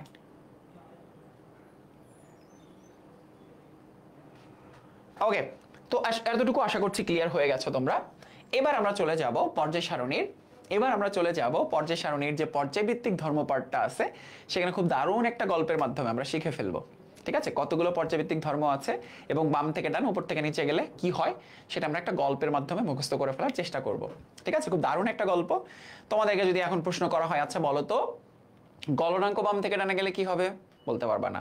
ধাতব ধর্ম উপর থেকে নিচে গেলে কি হবে, অনেক চিন্তা করে আকাশের দিকে তাকায় থাকবা, সম্ভবত আকাশে লেখা থাকে, এগুলো পারবা না। ক্লাসে জিজ্ঞাসা করলে ক্লাসের দেয়ালের দিকে তাকায় থাকবা, কিন্তু বলতে পারবা না। এরপর ধরো জিজ্ঞাসা করলাম যে আরণ ক্ষমতা কি হয় বাম থেকে ডানে গেলে, আয়নীকরণ শক্তি কি হবে, ইলেকট্রন শক্তি কি হবে, এগুলো কিন্তু খুব কমন প্রশ্ন এমসিকিউ এর জন্য, কার ইলেকট্রন শক্তি বেশি কার কম। আর রিটেন টেস্টে যখন সিকিউ সলভ করতে যাবা দেখবা এরকম অহরহ প্রশ্ন রয়েছে যেগুলো তোমাদের সলভ করতে হবে, তাই না? তো চলো আমরা কনসেপ্টটা একটু ক্লিয়ার হয়ে নেই। আমরা খুব দারুণ একটা গল্পের মাধ্যমে এটা সলভ করব। ঠিক আছে, সবাই একটু ভালো মতো মনোযোগ দাও, দেখো খুব অল্প টাইমের মধ্যে জিনিসটা আমি তোমাদেরকে বুঝাই দিচ্ছি। ঠিক আছে, ওকে, একটু ভালো মতো মনোযোগ দাও। আমাদের গল্পে টোটাল চরিত্র হচ্ছে 3টা। আমাদের গল্পে টোটাল চরিত্র হচ্ছে 3টা। এক বিক্ষ, হ্যাঁ, এক হচ্ছে বিক্ষ, যে হচ্ছে রেসলিং খেলে, হ্যাঁ, যে হচ্ছে রেসলিং খেলে, বা WWE এর নাম শুনেছো তোমরা। আরেকটা হচ্ছে আইদিত, ও হচ্ছে এসএসসি 25 ব্যাচের স্টুডেন্ট। আর আরেকটা হচ্ছে ইয়াসমিন আপু, যে হচ্ছে বিপিতে ফিজিক্স পড়ায়, বিপিতে ফিজিক্স পড়ায় ইয়াসমিন আপু। হ্যাঁ, ইয়াসিন না কিন্তু আবার, হ্যাঁ ইয়াসমিন আপু, যে হচ্ছে বিপিতে ফিজিক্স পড়ায়। তোমাদের আবার এত ভেতরে যাওয়া লাগবে না, ঠিক আছে? তো তিনটা চরিত্র। এই চরিত্রের মধ্যে যেটা সমস্যা, এদের মধ্যে আবার এই সাইনটা দিয়ে আমি যা বুঝাইলাম সেটা আবার চলে এদের মধ্যে। হ্যাঁ, ত্রিভুজ প্রেম। বিক্ষ এবং আইদিত দুজনই ইয়াসমিন আপুকে পছন্দ করে, এটাই তো হয়ে গেছে সমস্যা। এখন দুজনে যদি একজনের পছন্দ করে, ওইদিকে আবার বিক্ষ আর আইদিত আবার বন্ধু, এই দুইটা আবার কি, এই দুইটা হচ্ছে আবার বন্ধু, এই দুইটা হচ্ছে আবার বন্ধু। এইবারই মাসছে রে, দুই বন্ধু একজনের পছন্দ করে এবং সেটা হচ্ছে ইয়াসমিন আপু। ফাইন, তো দিন শেষে জিতবে তো একজন। তো আইদিত চিন্তা করলো বিক্ষকে পৃথিবী থেকে সরাই দিবে, বিক্ষ চিন্তা করলো আইদিতকে পৃথিবী থেকে সরাই দিবে। যেই ভাবা সেই কাজ। বিক্ষ একদিন ঘুমায় আসছে, আইদিত বড় একটা চাকু নিয়ে গেছে বিক্ষরে, যে পেট বরাবর মেরে একদম দুই ভাগ করে ফেলছে, পেট বরাবর একদম দুই টুকরা হয়ে গেছে বিক্ষ। তাহলে পেট বরাবর কাটছে, একদম দুই টুকরা হয়ে গেছে। তো বিক্ষ কি আর সহজে ছেড়ে দিবে? বিক্ষ আইদিতে দিছে একটা লাথি এরকম করে। তো আইদিদের 36টা দাঁত ছিল, সেই 36টা দাঁতই পড়ে গেছে, 36টা দাঁত সব পড়ে গেছে। ও তোমরা তো আবার ভাবতেছো যে ভাইয়া অশিক্ষিত বা জানেই না যে 32টার বেশি দাঁত হয় না। I2, C1, P2, M3, incisor canine, premolar, molar, এগুলো সব জানি। অশিক্ষিত মনে করে পোলাপান, সব গাধা গাধি নিয়ে এক একটা, তো এগুলো সব জানি। আইদিদের 36টা দাঁত ছিল, সব দাঁত পড়ে গেছে, সব দাঁত, ঠিক আছে? তো পরদিন স্কুলে গেছে, সবাই ওদের দুজনকে দেখে হাসাহাসি করতেছে যে একটা মেয়ের জন্য সি সি সি সি সি তোরা এই কাজ করতে পারলি। তো ওই দিন থেকে বিক্ষর নাম হয়ে গেল আধা বিক্ষ, কারণ বিক্ষর তো পেট কেটে দুই ভাগ হয়ে গেছে। ওই দিন থেকে বিক্ষর নাম হয়ে গেল, ওই দিন থেকে বিক্ষর নাম চেঞ্জ হয়ে গেল আধা বিক্ষ। আর আইদিদের যেহেতু একটাও দাঁত নাই, ফোকলা দাঁত, আইদিদের যেহেতু একটাও দাঁত নাই, তখন আইদিদের নাম কি হয়ে গেল? আইদিদের নামের মধ্যে কোনো দ থাকবে না, যেহেতু দাঁত নেই, ওর নামের মধ্যে দ থেকে আসবে, তখন আইদিদের নাম হয়ে গেল আইত, আইত, ঠিক আছে? এইটা দেখে ইয়াসমিন আপু আবার খিলখিল খিলখিল খিলখিল করে হাসতেছে, আমার জন্য পোলাপান, মানে খিলখিল খিলখিল করে হাসতেছে একটা পাশে। তো এখন বিজ্ঞাপন বিরতি, বিজ্ঞাপন বিরতির পরে আমরা আবারও ফিরে আসব আমাদের এই স্বল্প দৈর্ঘ্য সিনেমায়। তো এই যে আধা বিক্ষ এবং আইদিত, হ্যাঁ বিক্ষ অর্ধেক হয়ে গেল, ছোট হয়ে গেল না? আগে তো অনেক লম্বা ছিল, ইয়া মোটা ইয়া লম্বা ছিল, এখন তো ছোট হয়ে অর্ধেক হয়ে গেল, ছোট হলো। বিক্ষ কি হয়ে গেল? বিক্ষ হইল হচ্ছে ছোট হইল। আর আইদিত কি হইল? এরপর বন্দিবাসলা পাওয়ার প্লে প্রোগ্রামে ভর্তি হইলো, এসএসসিতে প্লাস পাইলো, হ্যাঁ আবার এইচএসসিতে প্লাস পেয়ে পরে বুটেক্সে ভর্তি হইলো, বন্দিবাসলাতে একদিন ক্লাস নিতে আসছে। এবার বিক্ষ ক্লাস নিতে আসছে, দেখি বিক্ষ বোর্ডের থেকেও লম্বা, এই যে এরকম বোর্ডের থেকেও লম্বা, হ্যাঁ এইরকম করে ক্লাস নিচ্ছে আইদিত ক্লাস নিচ্ছে। তো আইদিত এখন অনেক লম্বা হয়ে গেছে, হ্যাঁ তো আইদিত হয়ে গেছে কি লম্বা, এই যে দেখো দেখতেই পাচ্ছ আইদিত হয়ে গেছে লম্বা, মানে অনেক বড় হয়ে গেছে আইদিত এখন। তো এই দুটো টার্ম ইম্পর্টেন্ট, আধা বিক্ষ ছোট হয়ে গেছে, আইদিত হচ্ছে বড় হয়ে গেছে, হ্যাঁ বড় হয়ে গেছে। এখান থেকে শিক্ষণীয় বিষয় হচ্ছে এই দুইটা, আসতেছি এবার। তো এই যে দেখো আধা বিক্ষর কথা যে বলছিলাম, আধা বিক্ষ বলতে কি বোঝায়? আধা বিক্ষ কি হয়েছে? আধা বিক্ষ ছোট হয়ে গেছে, রাইট? আধা বিক্ষ মানে সে বিক্ষ তো ছোট হয়ে গেছে, পেট কেটে অর্ধেক হয়ে গেছে। কারা তারা? আরে ওরা কারা? আতে হচ্ছে আকার, ধাতে হচ্ছে ধাতব ধর্ম, বিতে বিচারণ ক্ষমতা, গতে গলনাঙ্ক, দন্তের সাথে স্ফুটনাঙ্ক, এরা সবগুলা বাম থেকে ডানে গেলে হ্রাস পায়, সবগুলা বাম থেকে ডানে গেলে হ্রাস পায়। হ্রাস পায় কেমনে মনে রাখবো? পেট কেটে বিক্ষ অর্ধেক হয়ে গেছে, তাই তো আধা বিক্ষ হয়েছে, তাই বাম থেকে ডানে গেলে এগুলো হ্রাস পায়। ক্লিয়ার? আশা করছি মনে থাকবে তোমাদের। ওকে, তো এই যে দেখো আধা বিক্ষ বলতে বোঝাচ্ছি আকার, ধাতব ধর্ম, বিচারণ ক্ষমতা, গলনাঙ্ক এবং স্ফুটনাঙ্ক। আর কি ভুল হবে? পাঁচটা শেষ না? দেখো বাম থেকে ডানে গেলে এগুলো কি হয়? হ্রাস পায়, হ্যাঁ বাম থেকে ডানে গেলে এগুলো সব হ্রাস পায়, ঠিক আছে? ফাইন, এইবার আসো বাম থেকে ডানে গেলে যে হ্রাস পায়, বাম থেকে ডানে গেলে যে হ্রাস পায়। এবার আসো আইদিত, আইদিতের কি দাঁত আছে? দাঁত নাই, তাহলে আইত, আইত এখন অনেক লম্বা হয়ে গেছে, তার মানে কি বৃদ্ধি পায়। আতে আয়নীকরণ শক্তি, ইতে ইলেকট্রন শক্তি, ততে তড়িৎ ঋণাত্মকতা, এগুলো কি হবে? সব বৃদ্ধি পাবে। বাম থেকে ডানে গেলে বৃদ্ধি পাবে, তাহলে উপর থেকে নিচে গেলে কি হবে? উল্টোটা হবে। এগুলো বাম থেকে ডানে গেলে হ্রাস পায়, তাহলে উপর থেকে নিচের দিকে গেলে কি হবে? বৃদ্ধি পাবে। একটা মনে রাখবো, হয়ে যাবে। তাইলে আইত আয়নীকরণ শক্তি, ইলেকট্রন শক্তি, তড়িৎ ঋণাত্মকতা, বাম থেকে ডানে গেলে কি হবে? বৃদ্ধি পাবে। আরো মজার ব্যাপার দেখো, আমরা দুয়ে কি পড়েছিলাম? ধাতব ধর্ম, বাম থেকে ডানে গেলে হ্রাস পায়। দুয়ের উল্টা কি? অধাতব ধর্ম, তাহলে বাম থেকে ডানে গেলে বৃদ্ধি পাবে। ধাতব ধর্ম বাম থেকে ডানে গেলে যা হয়, অধাতব ধর্ম তার উল্টোটা হয়।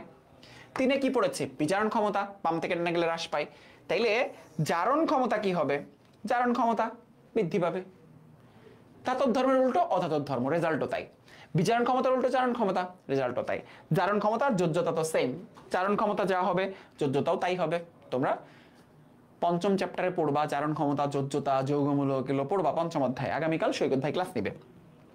একটা জিনিস শুধু মনে রাখবা, যোজ্যতা উপর থেকে নিচের দিকে গেলে পরিবর্তন হয় না। আমরা পর্যায় সারণীতে দেখেছি, হাই লিনাকে রুবি ছেঁচে ফেলেছে যখন পড়ছি আমরা, হাই লিনাকে রুবি ছেঁচে ফেলেছে যখন পড়েছি, তখন কি সবার যোজনী সেম না? হাই লিনাকে রুবি, রুবিডিয়াম, সিজিয়াম, ফ্রান্সিয়াম, সবার যোজনী সেম, এক। অর্থাৎ কোনো একটা গ্রুপে যোজনী চেঞ্জ হয় না, এই জন্য উপর থেকে নিচের দিকে গেলে যোজ্যতা চেঞ্জ হয় না। তো চলো আবার সামারি করে ফেলি, তারপর আসতেছি, গল্পটা শেষ করব। হ্যাঁ, ওকে, সৈকত দাস আমাদের সাথে আছে। গল্পটা সেই 21 সাল থেকে জানি। সৈকত দাস ভাইয়া আমাদের প্রিভিয়াস স্টুডেন্ট ছিল এবং এখন তোমাদের কোঅর্ডিনেটর ভাইয়া। ভাইয়া হচ্ছে বুয়েটে পড়াশোনা করছে। ওকে, তো এবার আসো, আধাবিক্ষ মানে হচ্ছে এই 5টা ধর্ম বাম থেকে ডানে গেলে হ্রাস পায়। এইভাবে কেন পড়তে হচ্ছে? কারণ তোমাদের মনে রাখতে হবে। 11টা পর্যায়ভিত্তিক ধর্ম মনে রাখাটা বেশ কঠিন ব্যাপার, এইভাবে মনে রাখতে হবে। তো আকার, ধাতব ধর্ম, বিচারণ ক্ষমতা, গলনাঙ্ক, স্ফুটনাঙ্ক বাম থেকে ডানে গেলে হ্রাস পায়। আইত বৃদ্ধি পায়, আয়নীকরণ শক্তি, ইলেকট্রন শক্তি, তড়িৎ ঋণাত্মকতা বাম থেকে ডানে গেলে বৃদ্ধি পায়, উপর থেকে নিচে গেলে হ্রাস পায়। ধাতব ধর্মের উল্টা অধাতব ধর্ম, বিচারণ ক্ষমতার উল্টা জারণ ক্ষমতা, যোজ্যতা সেম। ঠিক আছে, এবার ধরো হঠাৎ করে তোমাকে প্রশ্ন করলাম, এই বলো তো, এই কান ধরো, কান ধরো বলো, তড়িৎ ঋণাত্মকতা বাম থেকে ডানে গেলে কি হয়? এবার তুমি আকাশের দিকে তাকায় আছো। না না, এখন আকাশের দিকে তাকানো লাগবে না, এখন আইদিতকে চিন্তা করো, ইয়াসমিন আপুর কথা চিন্তা করো। আইদিত, তাহলে তড়িৎ ঋণাত্মকতা বাম থেকে ডানে বৃদ্ধি পায়, শেষ। কারণ আইদ তো বড় হয়ে যায়। ঠিক আছে, মনে থাকবে না? মনে থাকবে। এরপর কি হলো? বহু বছর পর জানা গেছে যে বৃক্ষ যে অর্ধেক হয়ে গেছে, এই জন্য ইয়াসমিন আপু বৃক্ষকে ছেড়ে গেছে। আইদিদ এর যে দাঁত নেই, এই জন্য ইয়াসমিন আপু আইদিদকে ছেড়ে গেছে। পরবর্তীতে ইয়াসমিন আপু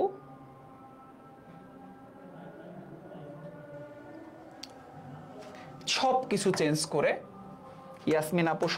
চেঞ্জ করে, হয়ে গেছে ইয়াসিন ভাইয়া, যে তোমাদেরকে পাওয়ার প্লে প্রোগ্রামে ফিজিক্স পড়াবে। ঠিক আছে, এইভাবেই একটা করুণ প্রেমের পরিণতি ঘটলো এবং এটা একটা স্যাড মুভি বলতে পারো। হ্যাঁ, তো এভাবেই গল্পটা শেষ হয়ে যায়। গল্প শেষ, সোনার বাংলাদেশ। ঠিক আছে, এখন বলো মনে থাকবে কিনা, এখন বলো যে গল্পটা মনে থাকবে কিনা এবং পুরো ব্যাপারটা তোমাদের কাছে ক্লিয়ার হয়েছে কিনা। এই টাইপের প্রশ্ন আসলে অ্যান্সার করতে পারবা কিনা, তোমরা অ্যান্সার করতে পারবা কিনা বলো। বৃক্ষ আইদিতের কথা মনে থাকবে না?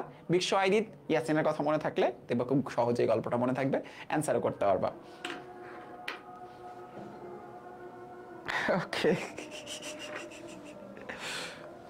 ওকে, আমি তোমাদের কমেন্ট দেখি, বুঝছো কিনা বলো। এটা পুরোপুরি বানানো গল্প।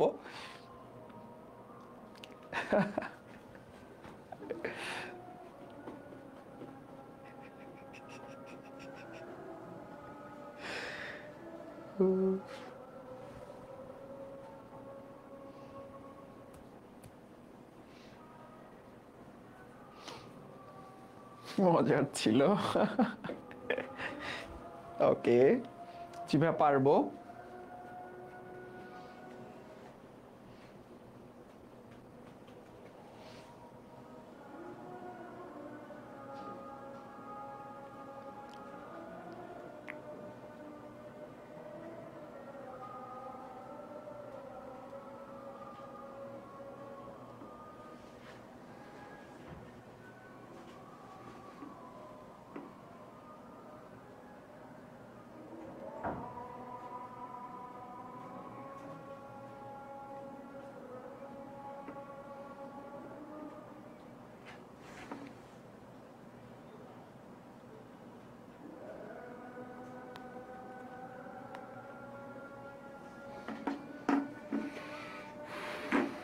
আজান শেষ হলে ক্লাস শুরু হবে আবার।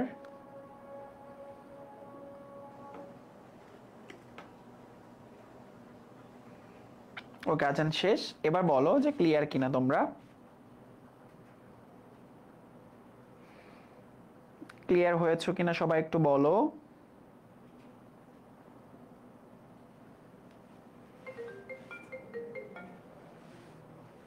ক্লিয়ার হয়েছো কিনা বলো।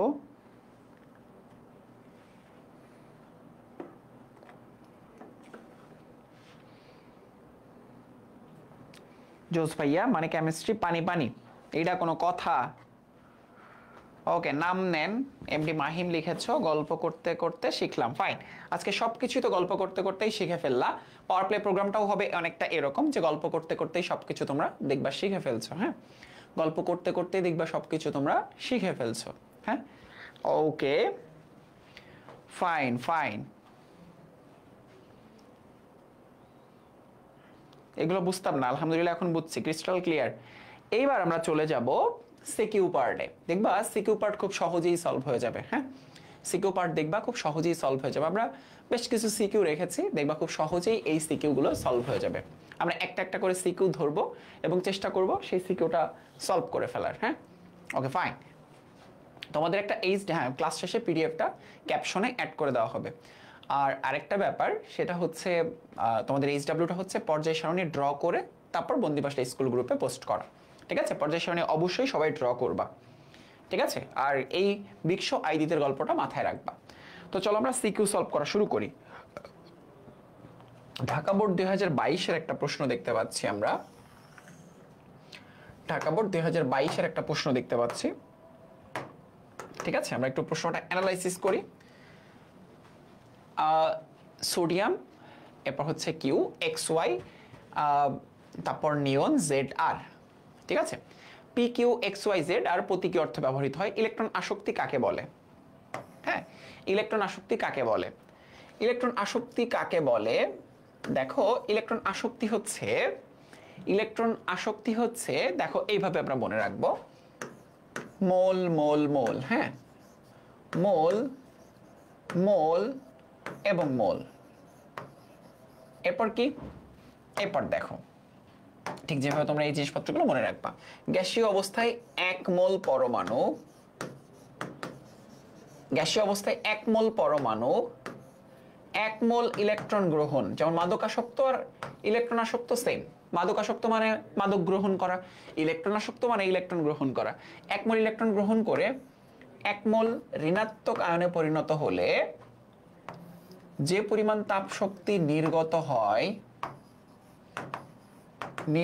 হয় তাকে বলা হয় ইলেকট্রন আসক্তি। গ্যাসীয় বিচ্ছিন্ন, হ্যাঁ, গ্যাসীয় বিচ্ছিন্ন 1 মোল পরমাণু 1 মোল ইলেকট্রন গ্রহণ 1 মোল ঋণাত্মক আয়নে পরিণত হলে যে পরিমাণ তাপ শক্তি নির্গত হয় সেটাই হচ্ছে ইলেকট্রন আসক্তি। এখন আয়নীকরণ শক্তির ডেফিনেশন আসতে পারে, তখন আমরা কি বলবো জানো? সেম, গ্যাসীয় 1 মোল পরমাণু 1 মোল ইলেকট্রন গ্রহণের জায়গায় ট্যাগ, 1 মোল মাইনাস এর জায়গায় প্লাস, নির্গত জায়গায় হচ্ছে প্রয়োজন। যে পরিমাণ তাপ শক্তি প্রয়োজন হয় সেটাকে বলা হয় আয়নীকরণ শক্তি। তো এইটাই হচ্ছে আয়নীকরণ শক্তি এবং ইলেকট্রন আসক্তির মধ্যে বেসিক পার্থক্য। ঠিক আছে, ওকে ফাইন। এইবার আসো আমরা খ নাম্বার প্রশ্ন সলভ করব। ক্লোরিন একটি হ্যালোজেন মৌল, ব্যাখ্যা করো। ঠিক আছে, খ নাম্বার। ক্লোরিন কেন হ্যালোজেন মৌল?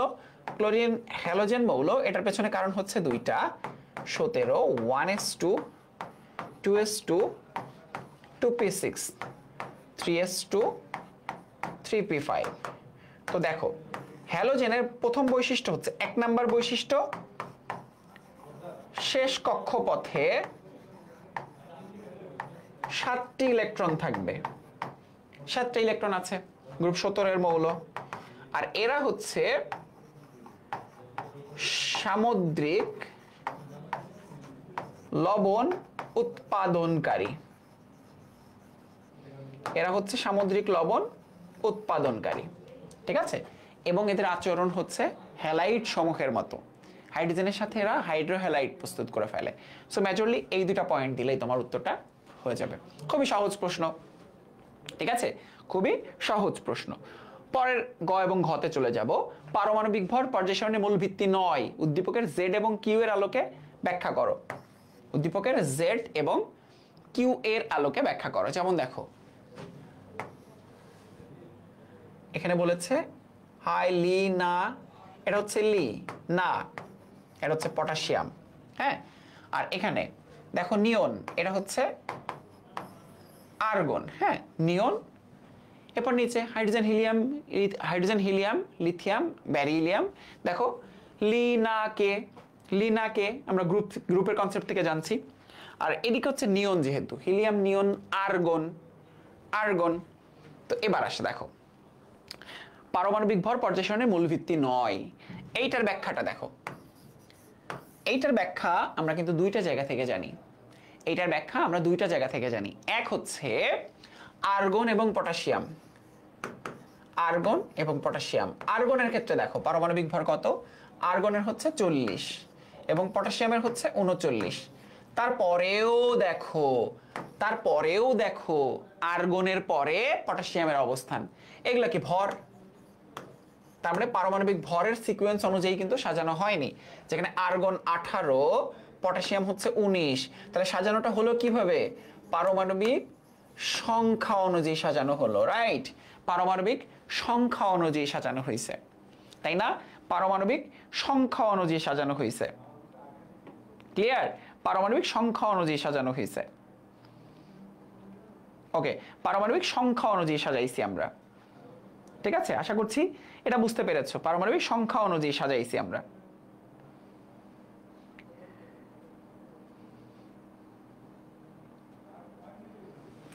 ওকে, পারমাণবিক সংখ্যা অনুযায়ী সাজাইছি আমরা।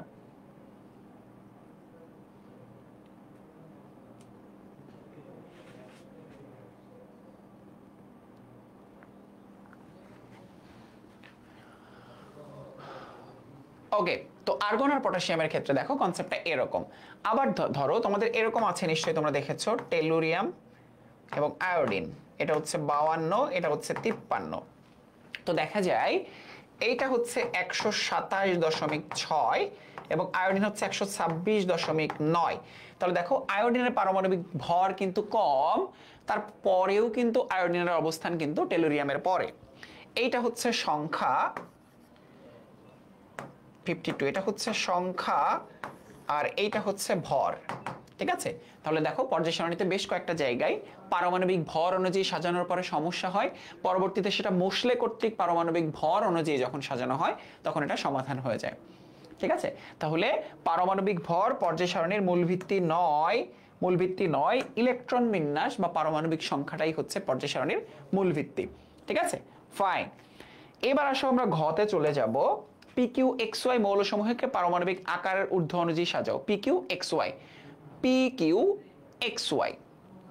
ঠিক আছে, দেখো আমাদের এক্ষেত্রে আসলে যেহেতু পরবর্তী পর্যায়গুলো দেওয়া নাই, PQ লিথিয়াম এবং পটাশিয়াম, XY আমরা ধরে নিচ্ছি 1 2 3 4 5 6 আমরা ধরে নিচ্ছি সোডিয়ামের পরে হচ্ছে, যেহেতু গ্রুপ নাম্বার এবং পর্যায় নাম্বার আসলে ওভাবে দেওয়া নাই, আমরা ধরে নিচ্ছি সোডিয়াম, ম্যাগনেসিয়াম, অ্যালুমিনিয়াম।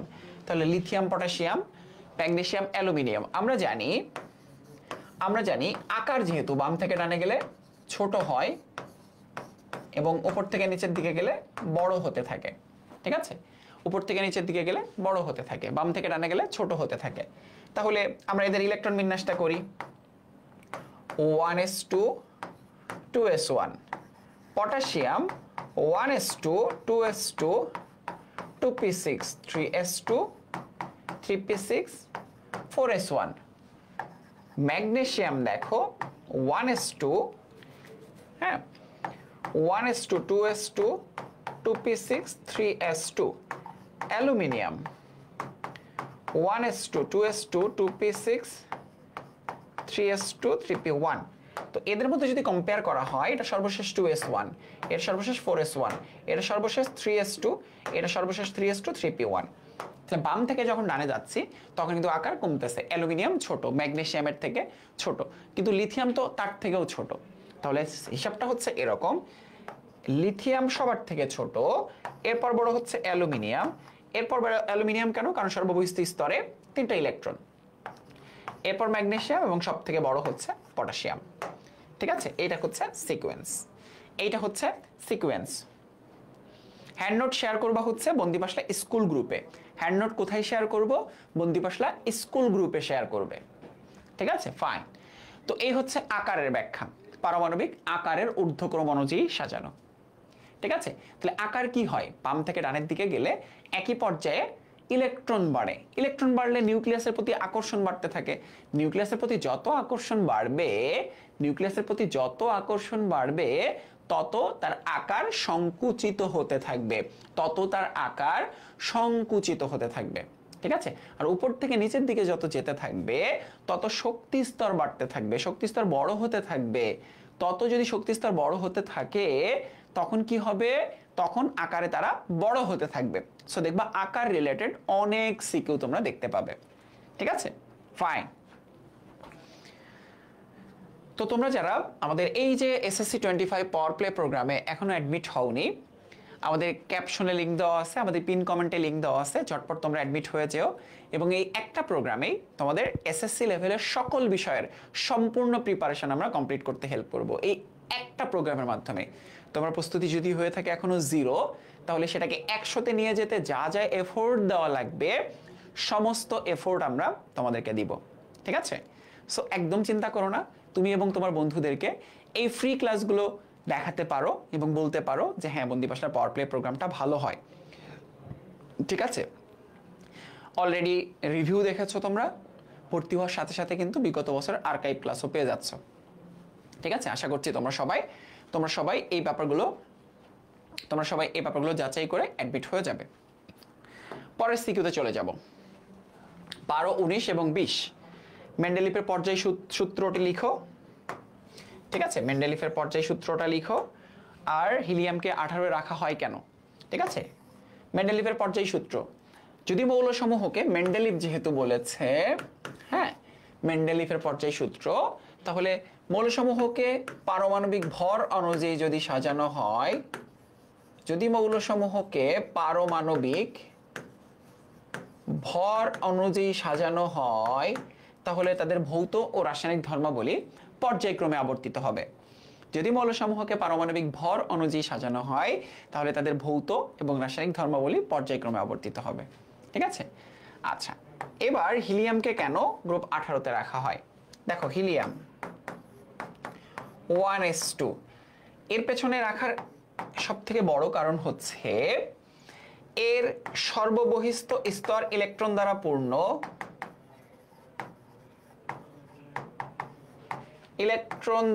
পূর্ণ, যা অন্যান্য সকল নিষ্ক্রিয় গ্যাসের ক্ষেত্রে হয়ে থাকে, তার সর্ববহিস্থ স্তর ইলেকট্রন দ্বারা পূর্ণ থাকে। ঠিক আছে, সর্ববহিস্থ স্তর ইলেকট্রন দ্বারা পূর্ণ থাকে। আর হচ্ছে এর ধর্ম নিষ্ক্রিয় গ্যাস সমূহের সাথে মিলে যায়। এর ধর্ম নিষ্ক্রিয় গ্যাস সমূহের সাথে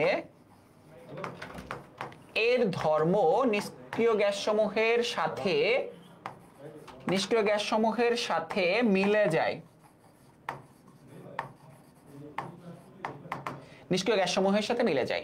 এই জন্য একে গ্রুপ 18-তে স্থান দেওয়া হয়েছে, গ্রুপ 2-এ না, কারণ 2-এর ধর্মের সাথে মিলে না। তো বিরিয়ানি মুগলাই কাবাব সরিয়ে বাটিতে রাখো, এদের সাথে মিলে না, এই জন্য একে গ্রুপ 18-তে স্থান দেওয়া হয়েছে। ঠিক আছে,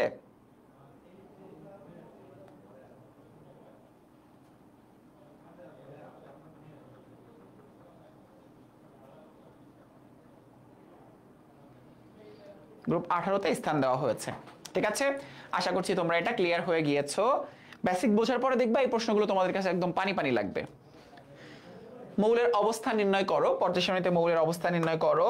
ফাইন, পর্যায় সারণীতে কেমনে মৌলের অবস্থা নির্ণয় করব চলো দেখি। পর্যায় সারণীতে সি মৌলের অবস্থা নির্ণয় করো। সি হচ্ছে ক্যালসিয়াম, তাহলে ইলেকট্রন বিন্যাস করলে অবস্থা নির্ণয় করতে পারবো ক্যালসিয়াম 20, তাই না? 1s2 2s2 2p6 3s2 3p6 4s2, তাই না? সর্ববহিস্থ স্তর দিয়েই তো পর্যায় এবং গ্রুপ নির্ধারণ করে। তাহলে কত নাম্বার পর্যায়? সর্বোচ্চ প্রধান কোয়ান্টাম সংখ্যাই হচ্ছে পর্যায় নির্দেশ করে। তাহলে সর্বোচ্চ প্রধান কোয়ান্টাম সংখ্যা হচ্ছে 4, চতুর্থ পর্যায়। আর গ্রুপ যেহেতু এস এ ইলেকট্রন গেছে তাই হচ্ছে গ্রুপ নাম্বার হচ্ছে 2। এস এ যতগুলো ইলেকট্রন আছে সেটাই হচ্ছে গ্রুপ নাম্বার।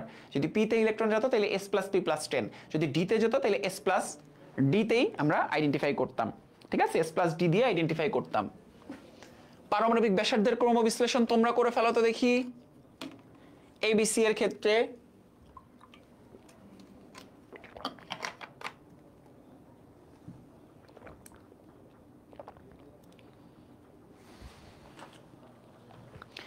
দেখি তো তোমরা নিজেরা এটা সলভ করতে পারো কিনা। অলরেডি কিন্তু এই টাইপের প্রশ্ন সলভ করেছি, তাই না? পারমাণবিক ব্যাসার্ধ ঘ নাম্বার। তাহলে এবিসি, এ হচ্ছে 12, তাহলে হচ্ছে ম্যাগনেসিয়াম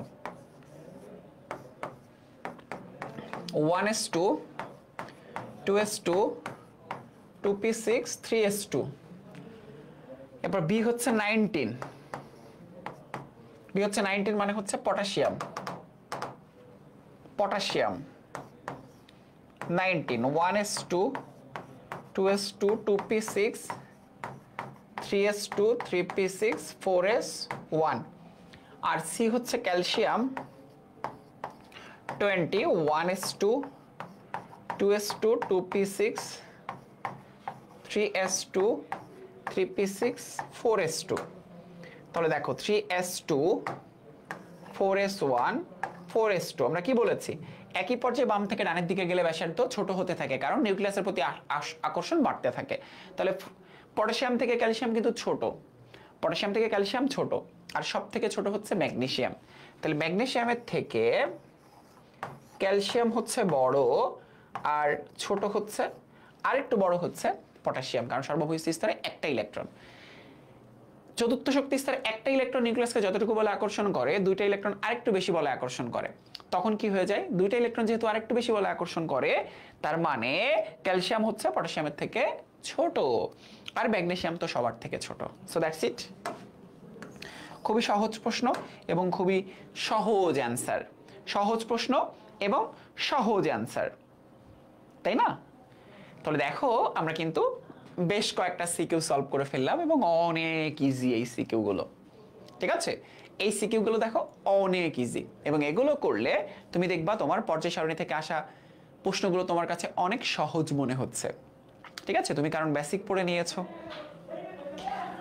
আমরা চলো আরেকটা সিকিউতে চলে যাই। হ্যাঁ, আরেকটা সিকিউতে চলে যাই আমরা, যশোর 2022-এ চলে যাই। ফাইন। সুপ্ত যোজনী কাকে বলে? তোমরা অন্য একটা চ্যাপ্টারের প্রশ্ন দেখতে পাচ্ছ, সেটা হচ্ছে কোনো একটা মৌলের সুপ্ত যোজনী হচ্ছে কোনো একটা মৌলের সুপ্ত যোজনী বলতে বোঝায় যে ওই মৌলের ম্যাক্সিমাম যে ভ্যালেন্সি, অর্থাৎ সর্বোচ্চ যোজনী থেকে যে অ্যাক্টিভ ভ্যালেন্স, অর্থাৎ সক্রিয় যোজনীটা যদি বাদ দেওয়া যায়, সক্রিয় যোজনীটা যদি বাদ দেওয়া যায়, হ্যাঁ, কোন একটা মৌলের সর্বোচ্চ যোজনী থেকে সক্রিয় যোজনী যদি বাদ দেওয়া যায়, তাহলে আমরা সুপ্ত যোজনী পেয়ে যাই। ডেফিনেশনটা মনে রাখতে পারো।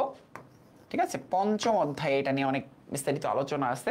ক্যালসিয়ামকে মৃৎক্ষার ধাতু কেন বলা হয়? এক নাম্বার কারণ হচ্ছে মৃত্তিকা থেকে পাওয়া যায়, মৃত্তিকা থেকে পাওয়া যায়, হ্যাঁ। আর দুই নাম্বার হচ্ছে পানির সাথে যুক্ত হয়ে ক্ষার তৈরি করে, পানির সাথে যুক্ত হয়ে ক্ষার উৎপন্ন করে।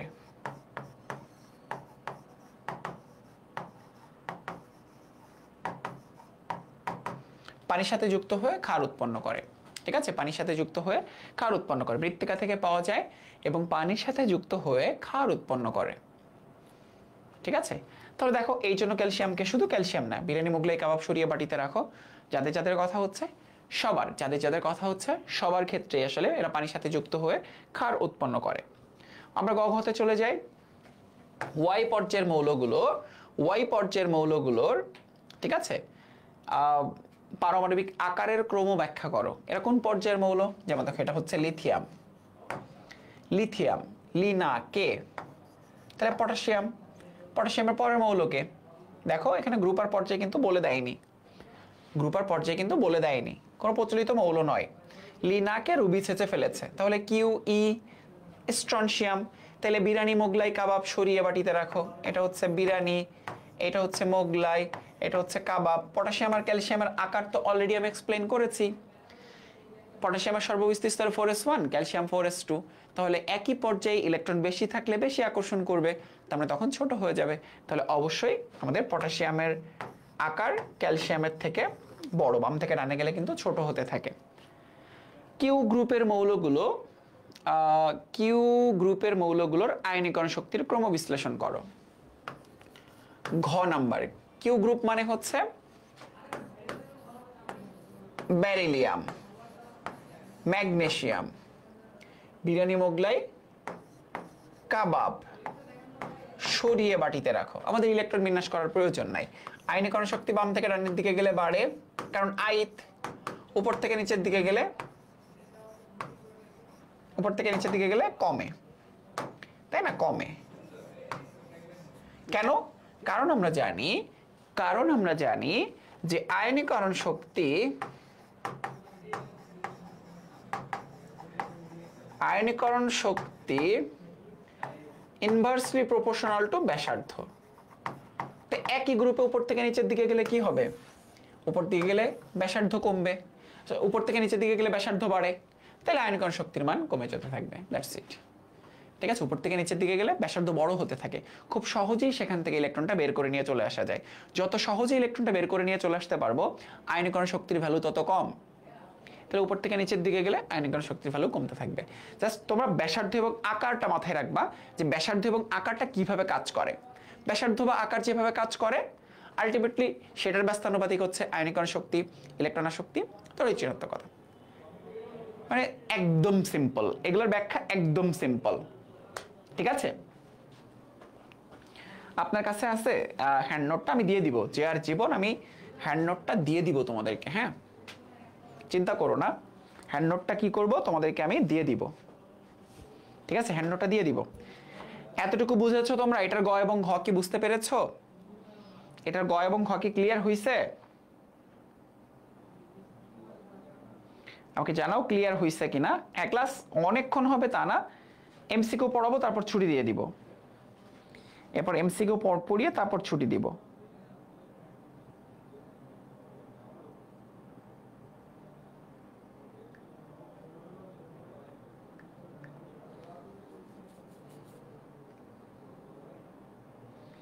এরপর এমসিকিউ পড়িয়ে ছুটি দিয়ে দিব।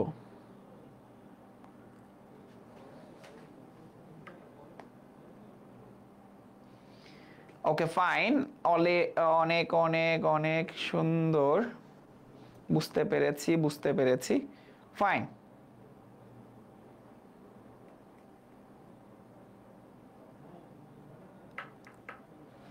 ফাইন,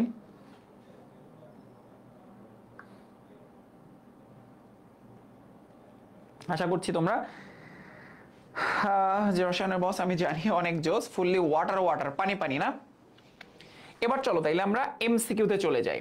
ঠিক আছে, এবার চলো আমরা এমসিকিউতে চলে যাই। আমরা এবার এমসিকিউ পার্টে চলে যাই।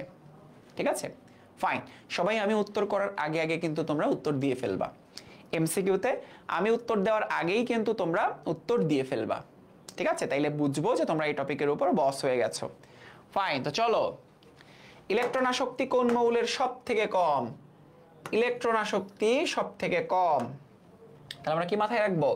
বাম থেকে ডানের দিকে গেলে ইলেকট্রন আসক্তি বাড়ে, ওই যে আইডিত বাড়ে, উপর থেকে নিচের দিকে গেলে কমে। তাহলে বিরিয়ানি মোগলাই কাবাব সরিয়ে বাটিতে রাখো, সব থেকে কম কোথায়? যে সবার নিচে আছে, বিরিয়ানি মোগলাই কাবাব সরিয়ে বাটিতে রাখো। পেয়ে গেছি উত্তর, যেটা সব থেকে কম। যদি বলতো সব থেকে বেশি, তাহলে যেটা সব থেকে উপরে থাকতো বিরানি, বিরানির গন্ধ পেতাম তখন, আর ইলেকট্রন আসক্তি সব থেকে কম। সেম প্রশ্নটা যদি এভাবে করতো, নিচের কোন মৌলটির আয়নীকরণ শক্তি, নিচের কোন মৌলটির আয়নীকরণ শক্তি সব থেকে কম, সেক্ষেত্রে উত্তর কিন্তু সেমই হইতো। যদি বলতো তড়িৎ ঋণাত্মকতা, সেক্ষেত্রে উত্তর কিন্তু সেমই হতো। ঠিক আছে, সেক্ষেত্রে উত্তর কিন্তু সেম হতো। ঠিক আছে, ওকে। এবার আসো আমরা যখন উত্তর করতে যাব তখন আগে আগে তোমরা কিন্তু উত্তরটা করে ফেলবা, কারণ এই টপিক তো তোমরা অলরেডি বুঝেছো, তাই না? এই টপিকটা তোমরা অলরেডি জানো। ঠিক আছে, সো আমি উত্তর করার আগেই তোমরা উত্তরটা করে ফেলবা। ফাইন। তো পরের এমসিকিউ, পর্যায় সারণীর অষ্টক সূত্র। কার অষ্টক সূত্র? যেমন ডোবেরাইনারের ত্রয়ী সূত্র আমরা পড়েছি, ডোবেরাইনার বা ডোবেরিনার,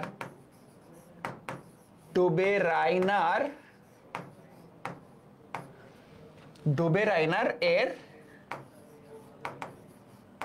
ত্রয়ী সূত্র, ডোবেরাইনারের ত্রয়ী সূত্র, তাই না?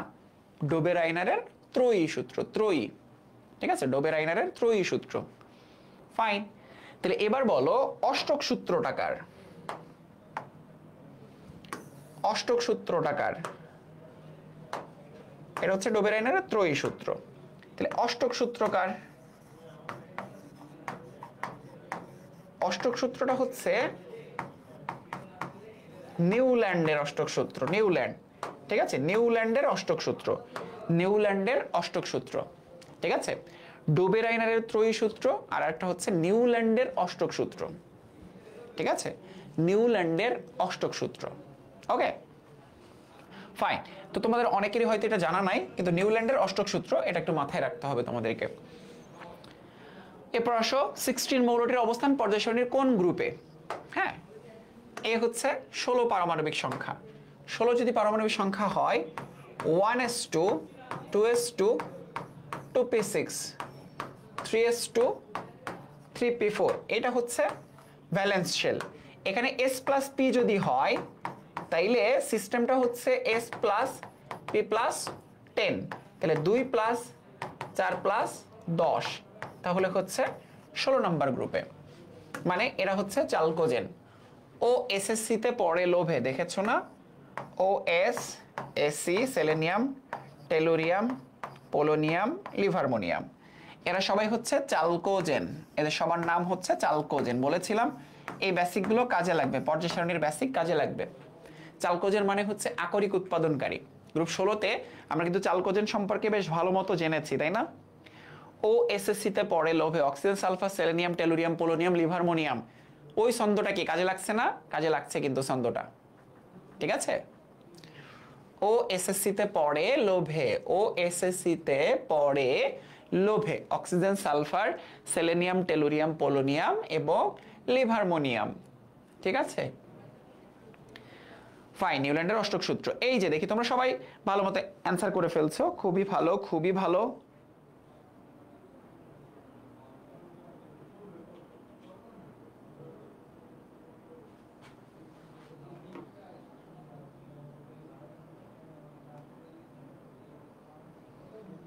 ফাইন, পরের এমসিকিউতে যাব আমরা। নিচের কোন মৌলের ধর্ম নাইট্রোজেনের সাথে মিল রয়েছে? নাইট্রোজেনের সাথে মিল রয়েছে। হ্যাঁ, নাইট্রোজেনের সাথে মিল রয়েছে। কার নাইট্রোজেনের সাথে মিল থাকবে? যার একই গ্রুপের মৌল, যারা একই গ্রুপের মৌল, একই গ্রুপের মৌল সমূহের সাথে ধর্ম মিল থাকে। একই গ্রুপ, যেমন দেখো অক্সিজেন, সালফার। হ্যাঁ, অক্সিজেন, সালফার একই গ্রুপের মৌল, তাই না? একই গ্রুপের মৌল। তাহলে নাইট্রোজেন এবং ফসফরাস একই গ্রুপের মৌল, তাহলে ফসফরাসের সাথে তার ধর্মেও মিল রয়েছে। কারণ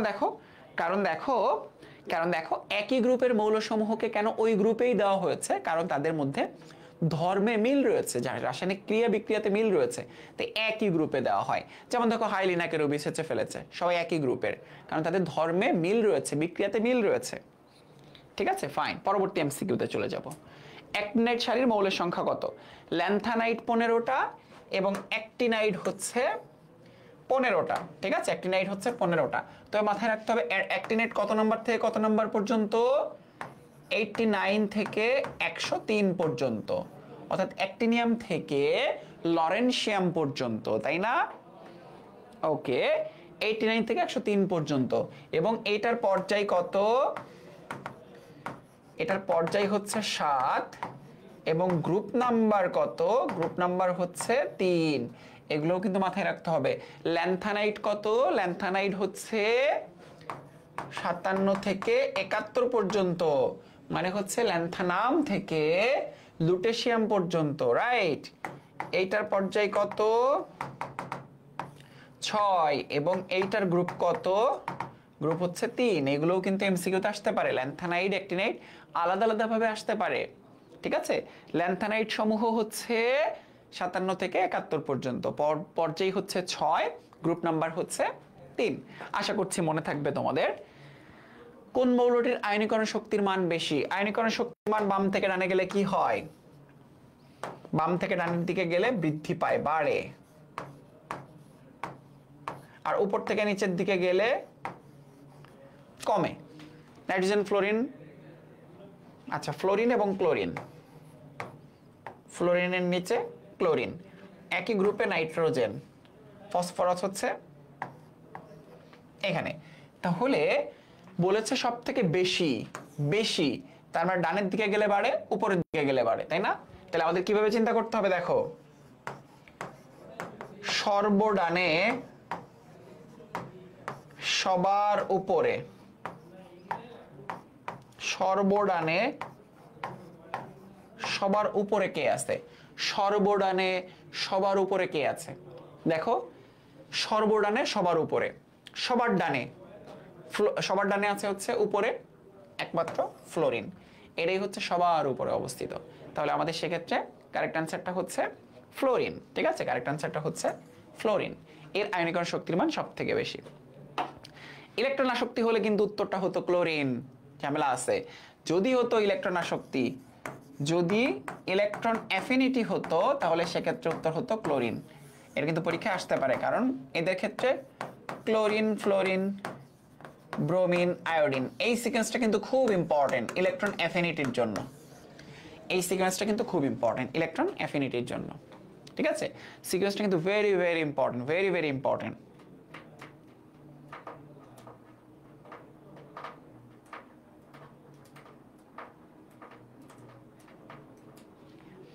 ক্লিয়ার, ক্লিয়ার, ক্লিয়ার।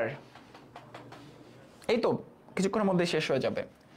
ইলেকট্রন বিন্যাসের নিয়ম অনুসারে গ্রুপ নির্ণয়ে কোন মৌলটি ব্যতিক্রম? দেখো, অ্যালুমিনিয়াম, পটাশিয়াম, কপার, এই যে হিলিয়াম, সর্বশেষ শক্তি স্তরে 2টা ইলেকট্রন আছে, কিন্তু তাকে দেওয়া হয়েছে 18 নম্বর গ্রুপে, তাকে দেওয়া হয়েছে 18 নম্বর গ্রুপে। সর্বশেষ শক্তি স্তরে ইলেকট্রন আছে 2টা, কিন্তু তাকে জায়গা দেওয়া হয়েছে 18 নম্বর গ্রুপে। ঠিক আছে, তাকে জায়গা দেওয়া হয়েছে 18 নম্বর গ্রুপে। ঠিক আছে, তাকে জায়গা দেওয়া হয়েছে 18 নম্বর গ্রুপে। দেখো, খুব সহজ, তাই না? খুব সহজ, 18 নম্বর গ্রুপে জায়গা দেওয়া হয়েছে। ফাইন। কোন মৌলটির ধাতব ধর্ম বেশি? আমরা দেখেছি বাম থেকে ডানের দিকে গেলে ধাতব ধর্ম হ্রাস পায়, আধাবিক্ষ মনে আছে নিশ্চয়ই, এবং উপর থেকে নিচের দিকে গেলে কি হয়? বৃদ্ধি পায়। উপর থেকে নিচের দিকে গেলে কি হবে? বৃদ্ধি পায়।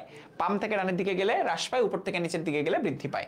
তাহলে সোডিয়াম, ম্যাগনেসিয়াম, ক্যালসিয়াম এবং পটাশিয়াম, তাহলে সোডিয়াম, পটাশিয়াম, ম্যাগনেসিয়াম এবং ক্যালসিয়াম, তাই না? তাহলে বলেছে ধর্ম বেশি। বেশি আমরা কোথায় খুঁজবো?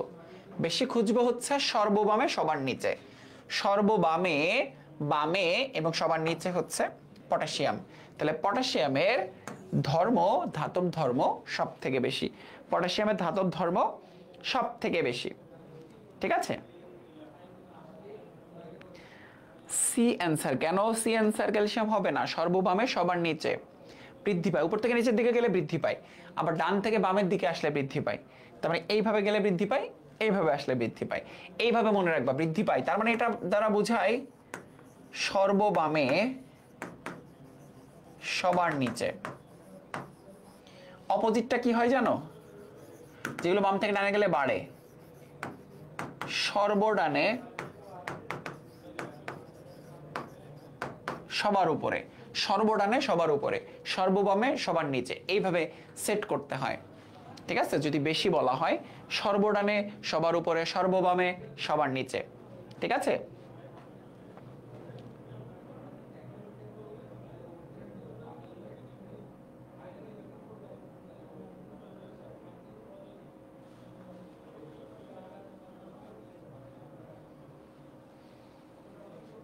ফাইন।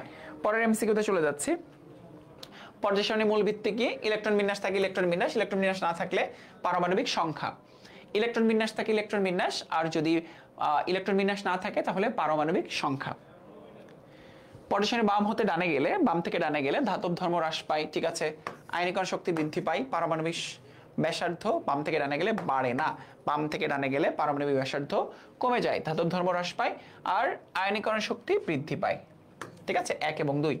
কারণ পারমাণবিক ব্যাসার্ধ তো বাম থেকে ডানে গেলে অতিরিক্ত ইলেকট্রন যোগ হওয়ার জন্য কি হয়? নিউক্লিয়াসের প্রতি আরো বেশি আকর্ষিত হয়, তখন ব্যাসার্ধ কমে আসতে থাকে। ঠিক আছে, তখন ব্যাসার্ধ কমে আসতে থাকে।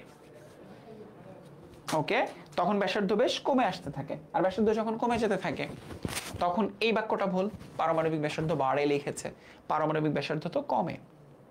ঠিক আছে,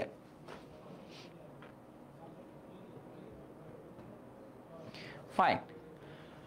সালফারের সাথে নিচের কোন মৌলের ধর্মের মিল বিদ্যমান? সালফার, ওই যে ধর্মের মিল কার সাথে থাকবে? ধর্মের মিলটা তার সাথেই থাকবে যারা যারা একই গ্রুপের, তাই না? যারা একই গ্রুপের,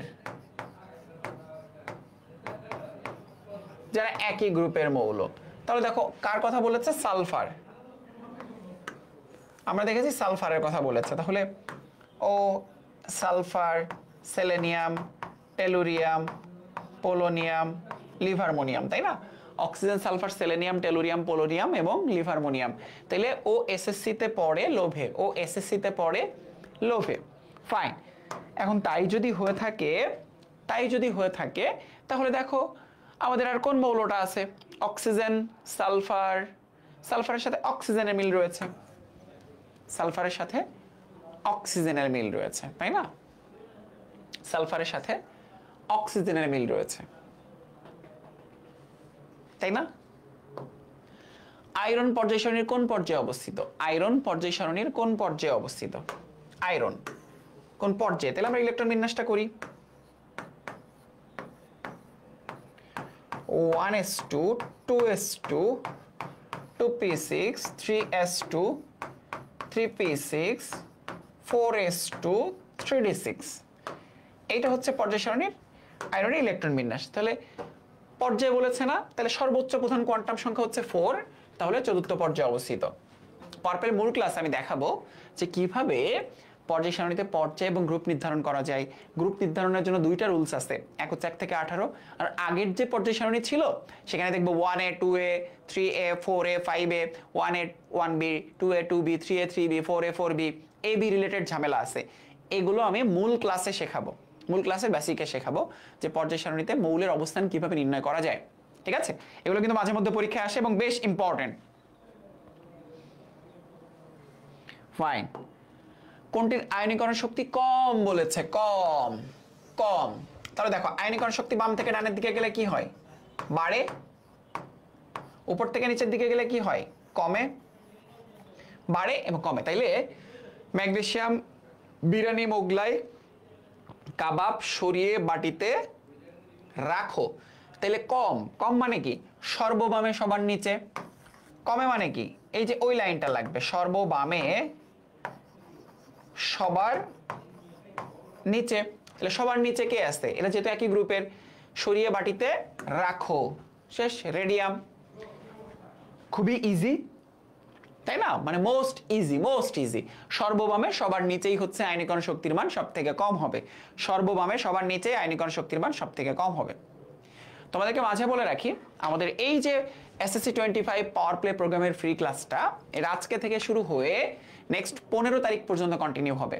প্রতিটা ক্লাসেই সব বন্ধুদেরকে ডেকে নিয়ে এসো। এখানে আমি ক্লাস নিব, কালকে সৈকত ভাইয়ের ক্লাস, ইয়াসিন ভাইয়ের ক্লাস, নিয়াজ ভাইয়ের ক্লাস, আবরার ভাইয়ের ক্লাস, হৃদয় ভাইয়ের ক্লাস, ঠিক আছে? সবার ক্লাস থাকবে, কাব্য, শুভ, সবার ক্লাস থাকবে, তানভীর ভাইয়ের সবার ক্লাস থাকবে।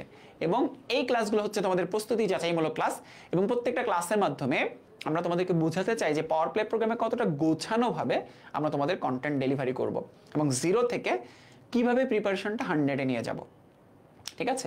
সো তোমরা তোমাদের যে সকল বন্ধুরা এখনো কনফিউজ, এসএসসির প্রিপারেশন গোছাতে পারে নাই, তাদেরকে চাইলে জানাতে পারো যে ভাইদের ক্লাস দেখ, যদি ভালো লাগে তাইলে তাইলে প্রোগ্রামে ভর্তি হবে।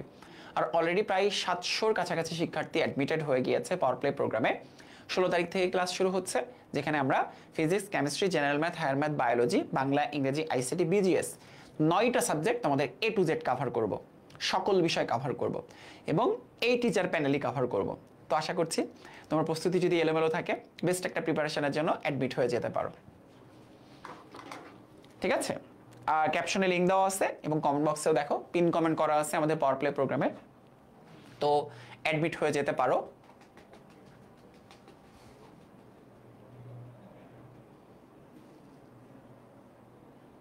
কমেন্টের কোশ্চেন দেখলাম, এই যে রাসেল ফারাবি, কমেন্টের কোশ্চেন তো দেখলাম, ভাইয়া প্রশ্ন করো। ভাই ভালো আছেন? মাসুম, এই যে আমাদের পাওয়ার প্লে 2024-এ ছিল, মাসুম কি অবস্থা? এইচএসসির একাডেমিক প্রোগ্রাম কি আমাদের সাথে করছো? ওয়ালাইকুম আসসালাম শিহাব, কি হয়েছে?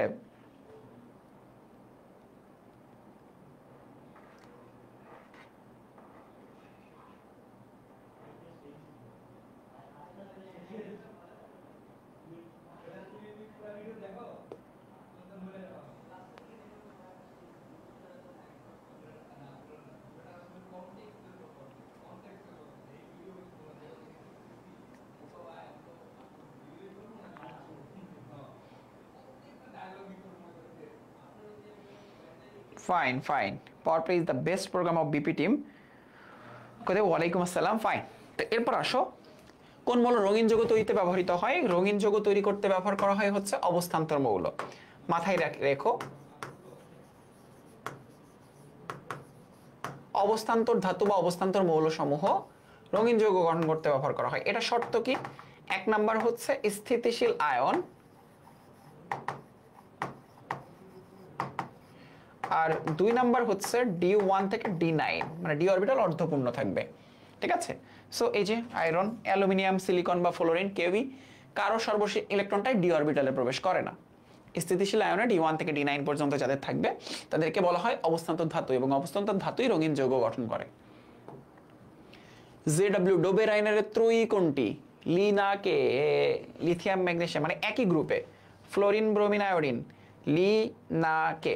হ্যাঁ দেখো কিভাবে লিনাকে, দেখো লিথিয়ামের ভর হচ্ছে 7, পটাশিয়ামের ভর হচ্ছে 39। এবার আমরা কি করব? 7 আর 39 যোগ করে 2 দ্বারা ভাগ করব, তাহলে 46-কে 2 দ্বারা ভাগ করলে হবে 23। তাহলে এখানে এমন একটা মৌল হবে যার ভর হবে 23-এর সমান, তাহলে তাদেরকে আমরা একটা ত্রয়ী বলবো। এই জন্য একই গ্রুপে এভাবে সেট করে লিনাকে, এইভাবে করে ত্রয়ী সেট করছে বিজ্ঞানী ডোবেরাইনার। এটাই হচ্ছে বিজ্ঞানী ডোবেরাইনারের ত্রয়ী সূত্র, ঠিক আছে? কিছুক্ষণ আগে প্রশ্ন এসেছে, ত্রয়ী সূত্রকার, অষ্টক সূত্রকার নিউল্যান্ডের, ত্রয়ী সূত্রকার ডোবেরাইনারের, ঠিক আছে? এটা কিন্তু বেশ ইম্পর্টেন্ট প্রশ্ন, একটু ভালো মতো মাথায় রাখতে হবে এটা। ওকে, আরাফাত দ্রুতই দেওয়া হবে ভাইয়া। ইলেকট্রন আসক্তি কম, কম বলেছে, তাহলে আমরা জানি বাম থেকে ডানে গেলে ইলেকট্রন আসক্তি বাড়ে, ওপর থেকে নিচে গেলে ইলেকট্রন আসক্তি কমে। তাহলে সর্ববামে সবার নিচে আমাদের খুঁজতে হবে, হ্যাঁ সর্ববামে সবার নিচে খুঁজতে হবে। Magnesium, silicon, phosphorus, sulphur. তাহলে দেখো বাম থেকে ডানের দিকে গেলে বাড়ে, তাহলে সবার বামে যে আছে ম্যাগনেসিয়াম, এর ইলেকট্রন আসক্তি সব থেকে কম। ম্যাগনেসিয়াম, কারণ বাম থেকে ডানের দিকে গেলে ইলেকট্রন আসক্তি কি হয়? বাড়তে থাকে। বাম থেকে ডানের দিকে গেলে ইলেকট্রন আসক্তি বাড়তে থাকে। তো সর্ববামে কে আছে? ম্যাগনেসিয়াম। খুবই ইজি প্রশ্ন। আয়নীকরণ শক্তি সব থেকে বেশি, অলরেডি এটা সলভ করেছি হয়তো।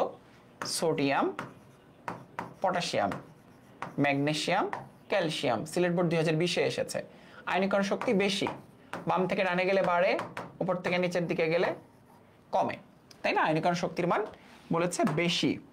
কোনটাতে আয়নীকরণ শক্তির মান বেশি? তাহলে দেখো সোডিয়াম, ম্যাগনেসিয়াম, পটাশিয়াম, ক্যালসিয়াম। তাহলে দেখো বেশি যদি বলে তাহলে সর্বডানে সবার উপরে যে আছে, সর্বডানে সবার উপরে যে আছে ম্যাগনেসিয়াম। তাহলে আর correct answer is magnesium. Same প্রশ্নটা কিন্তু আগেও এসেছে, তাই না?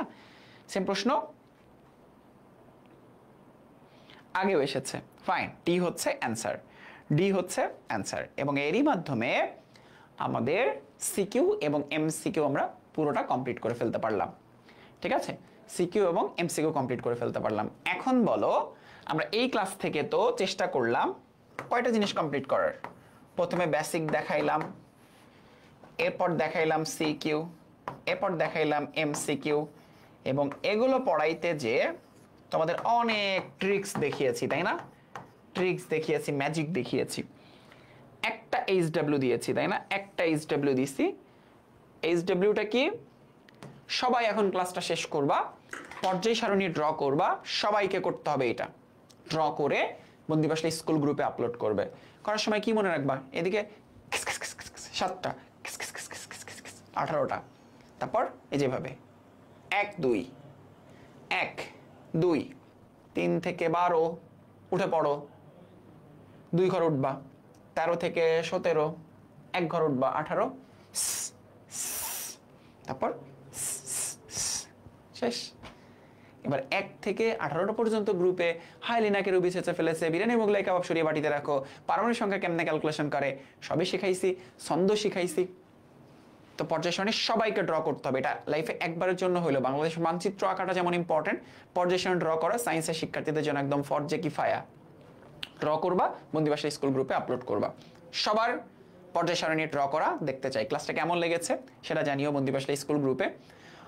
আগামীকাল আবারও ক্লাসে দেখা হবে সৈকত ভাইয়ের সাথে।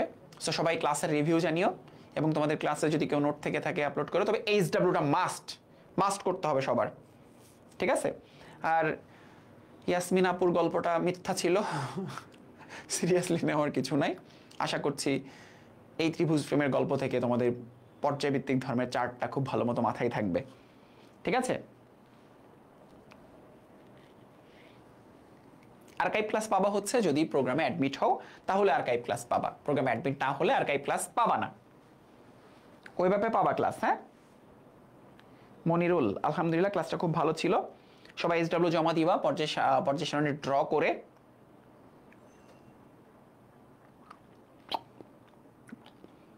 ওকে ভাইয়া, মনিরুল মাথায় রেখেছি ভাইয়া ব্যাপারটা, চেষ্টা করব, ঠিক আছে? আর সবাই এখন থেকেই সিরিয়াস হয়ে যাও পড়াশোনা করার জন্য। ফেব্রুয়ারি মাসের প্রথম সপ্তাহে পরীক্ষা হবে, এটা ধরে নেই প্রিপারেশন নাও। খুব বেশি দিন সময় নাই, অক্টোবর, নভেম্বর, ডিসেম্বর, জানুয়ারি, মাত্র 4 থেকে 4.5 মাসের মতো সময় আছে এসএসসি পরীক্ষার। তোমরা অনেকে এখনো সিরিয়াস না পড়াশোনার জন্য, দ্রুত পড়াশোনা শুরু করো, না হলে দেখবা এসএসসিতে ডাব্বা মেরে বসে থাকবা।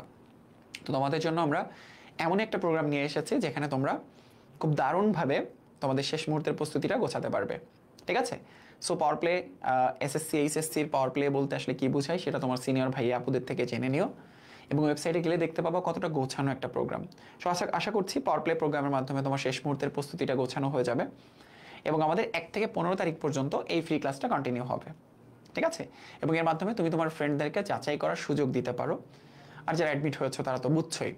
এবং এরকম দারুণ ক্লাস হবে পাওয়ার প্লে প্রোগ্রামে, এবং ক্লাসগুলোতে বেসিক থাকবে, সিকিউ থাকবে, এমসিকিউ থাকবে, সকল বিষয়ের, ঠিক আছে?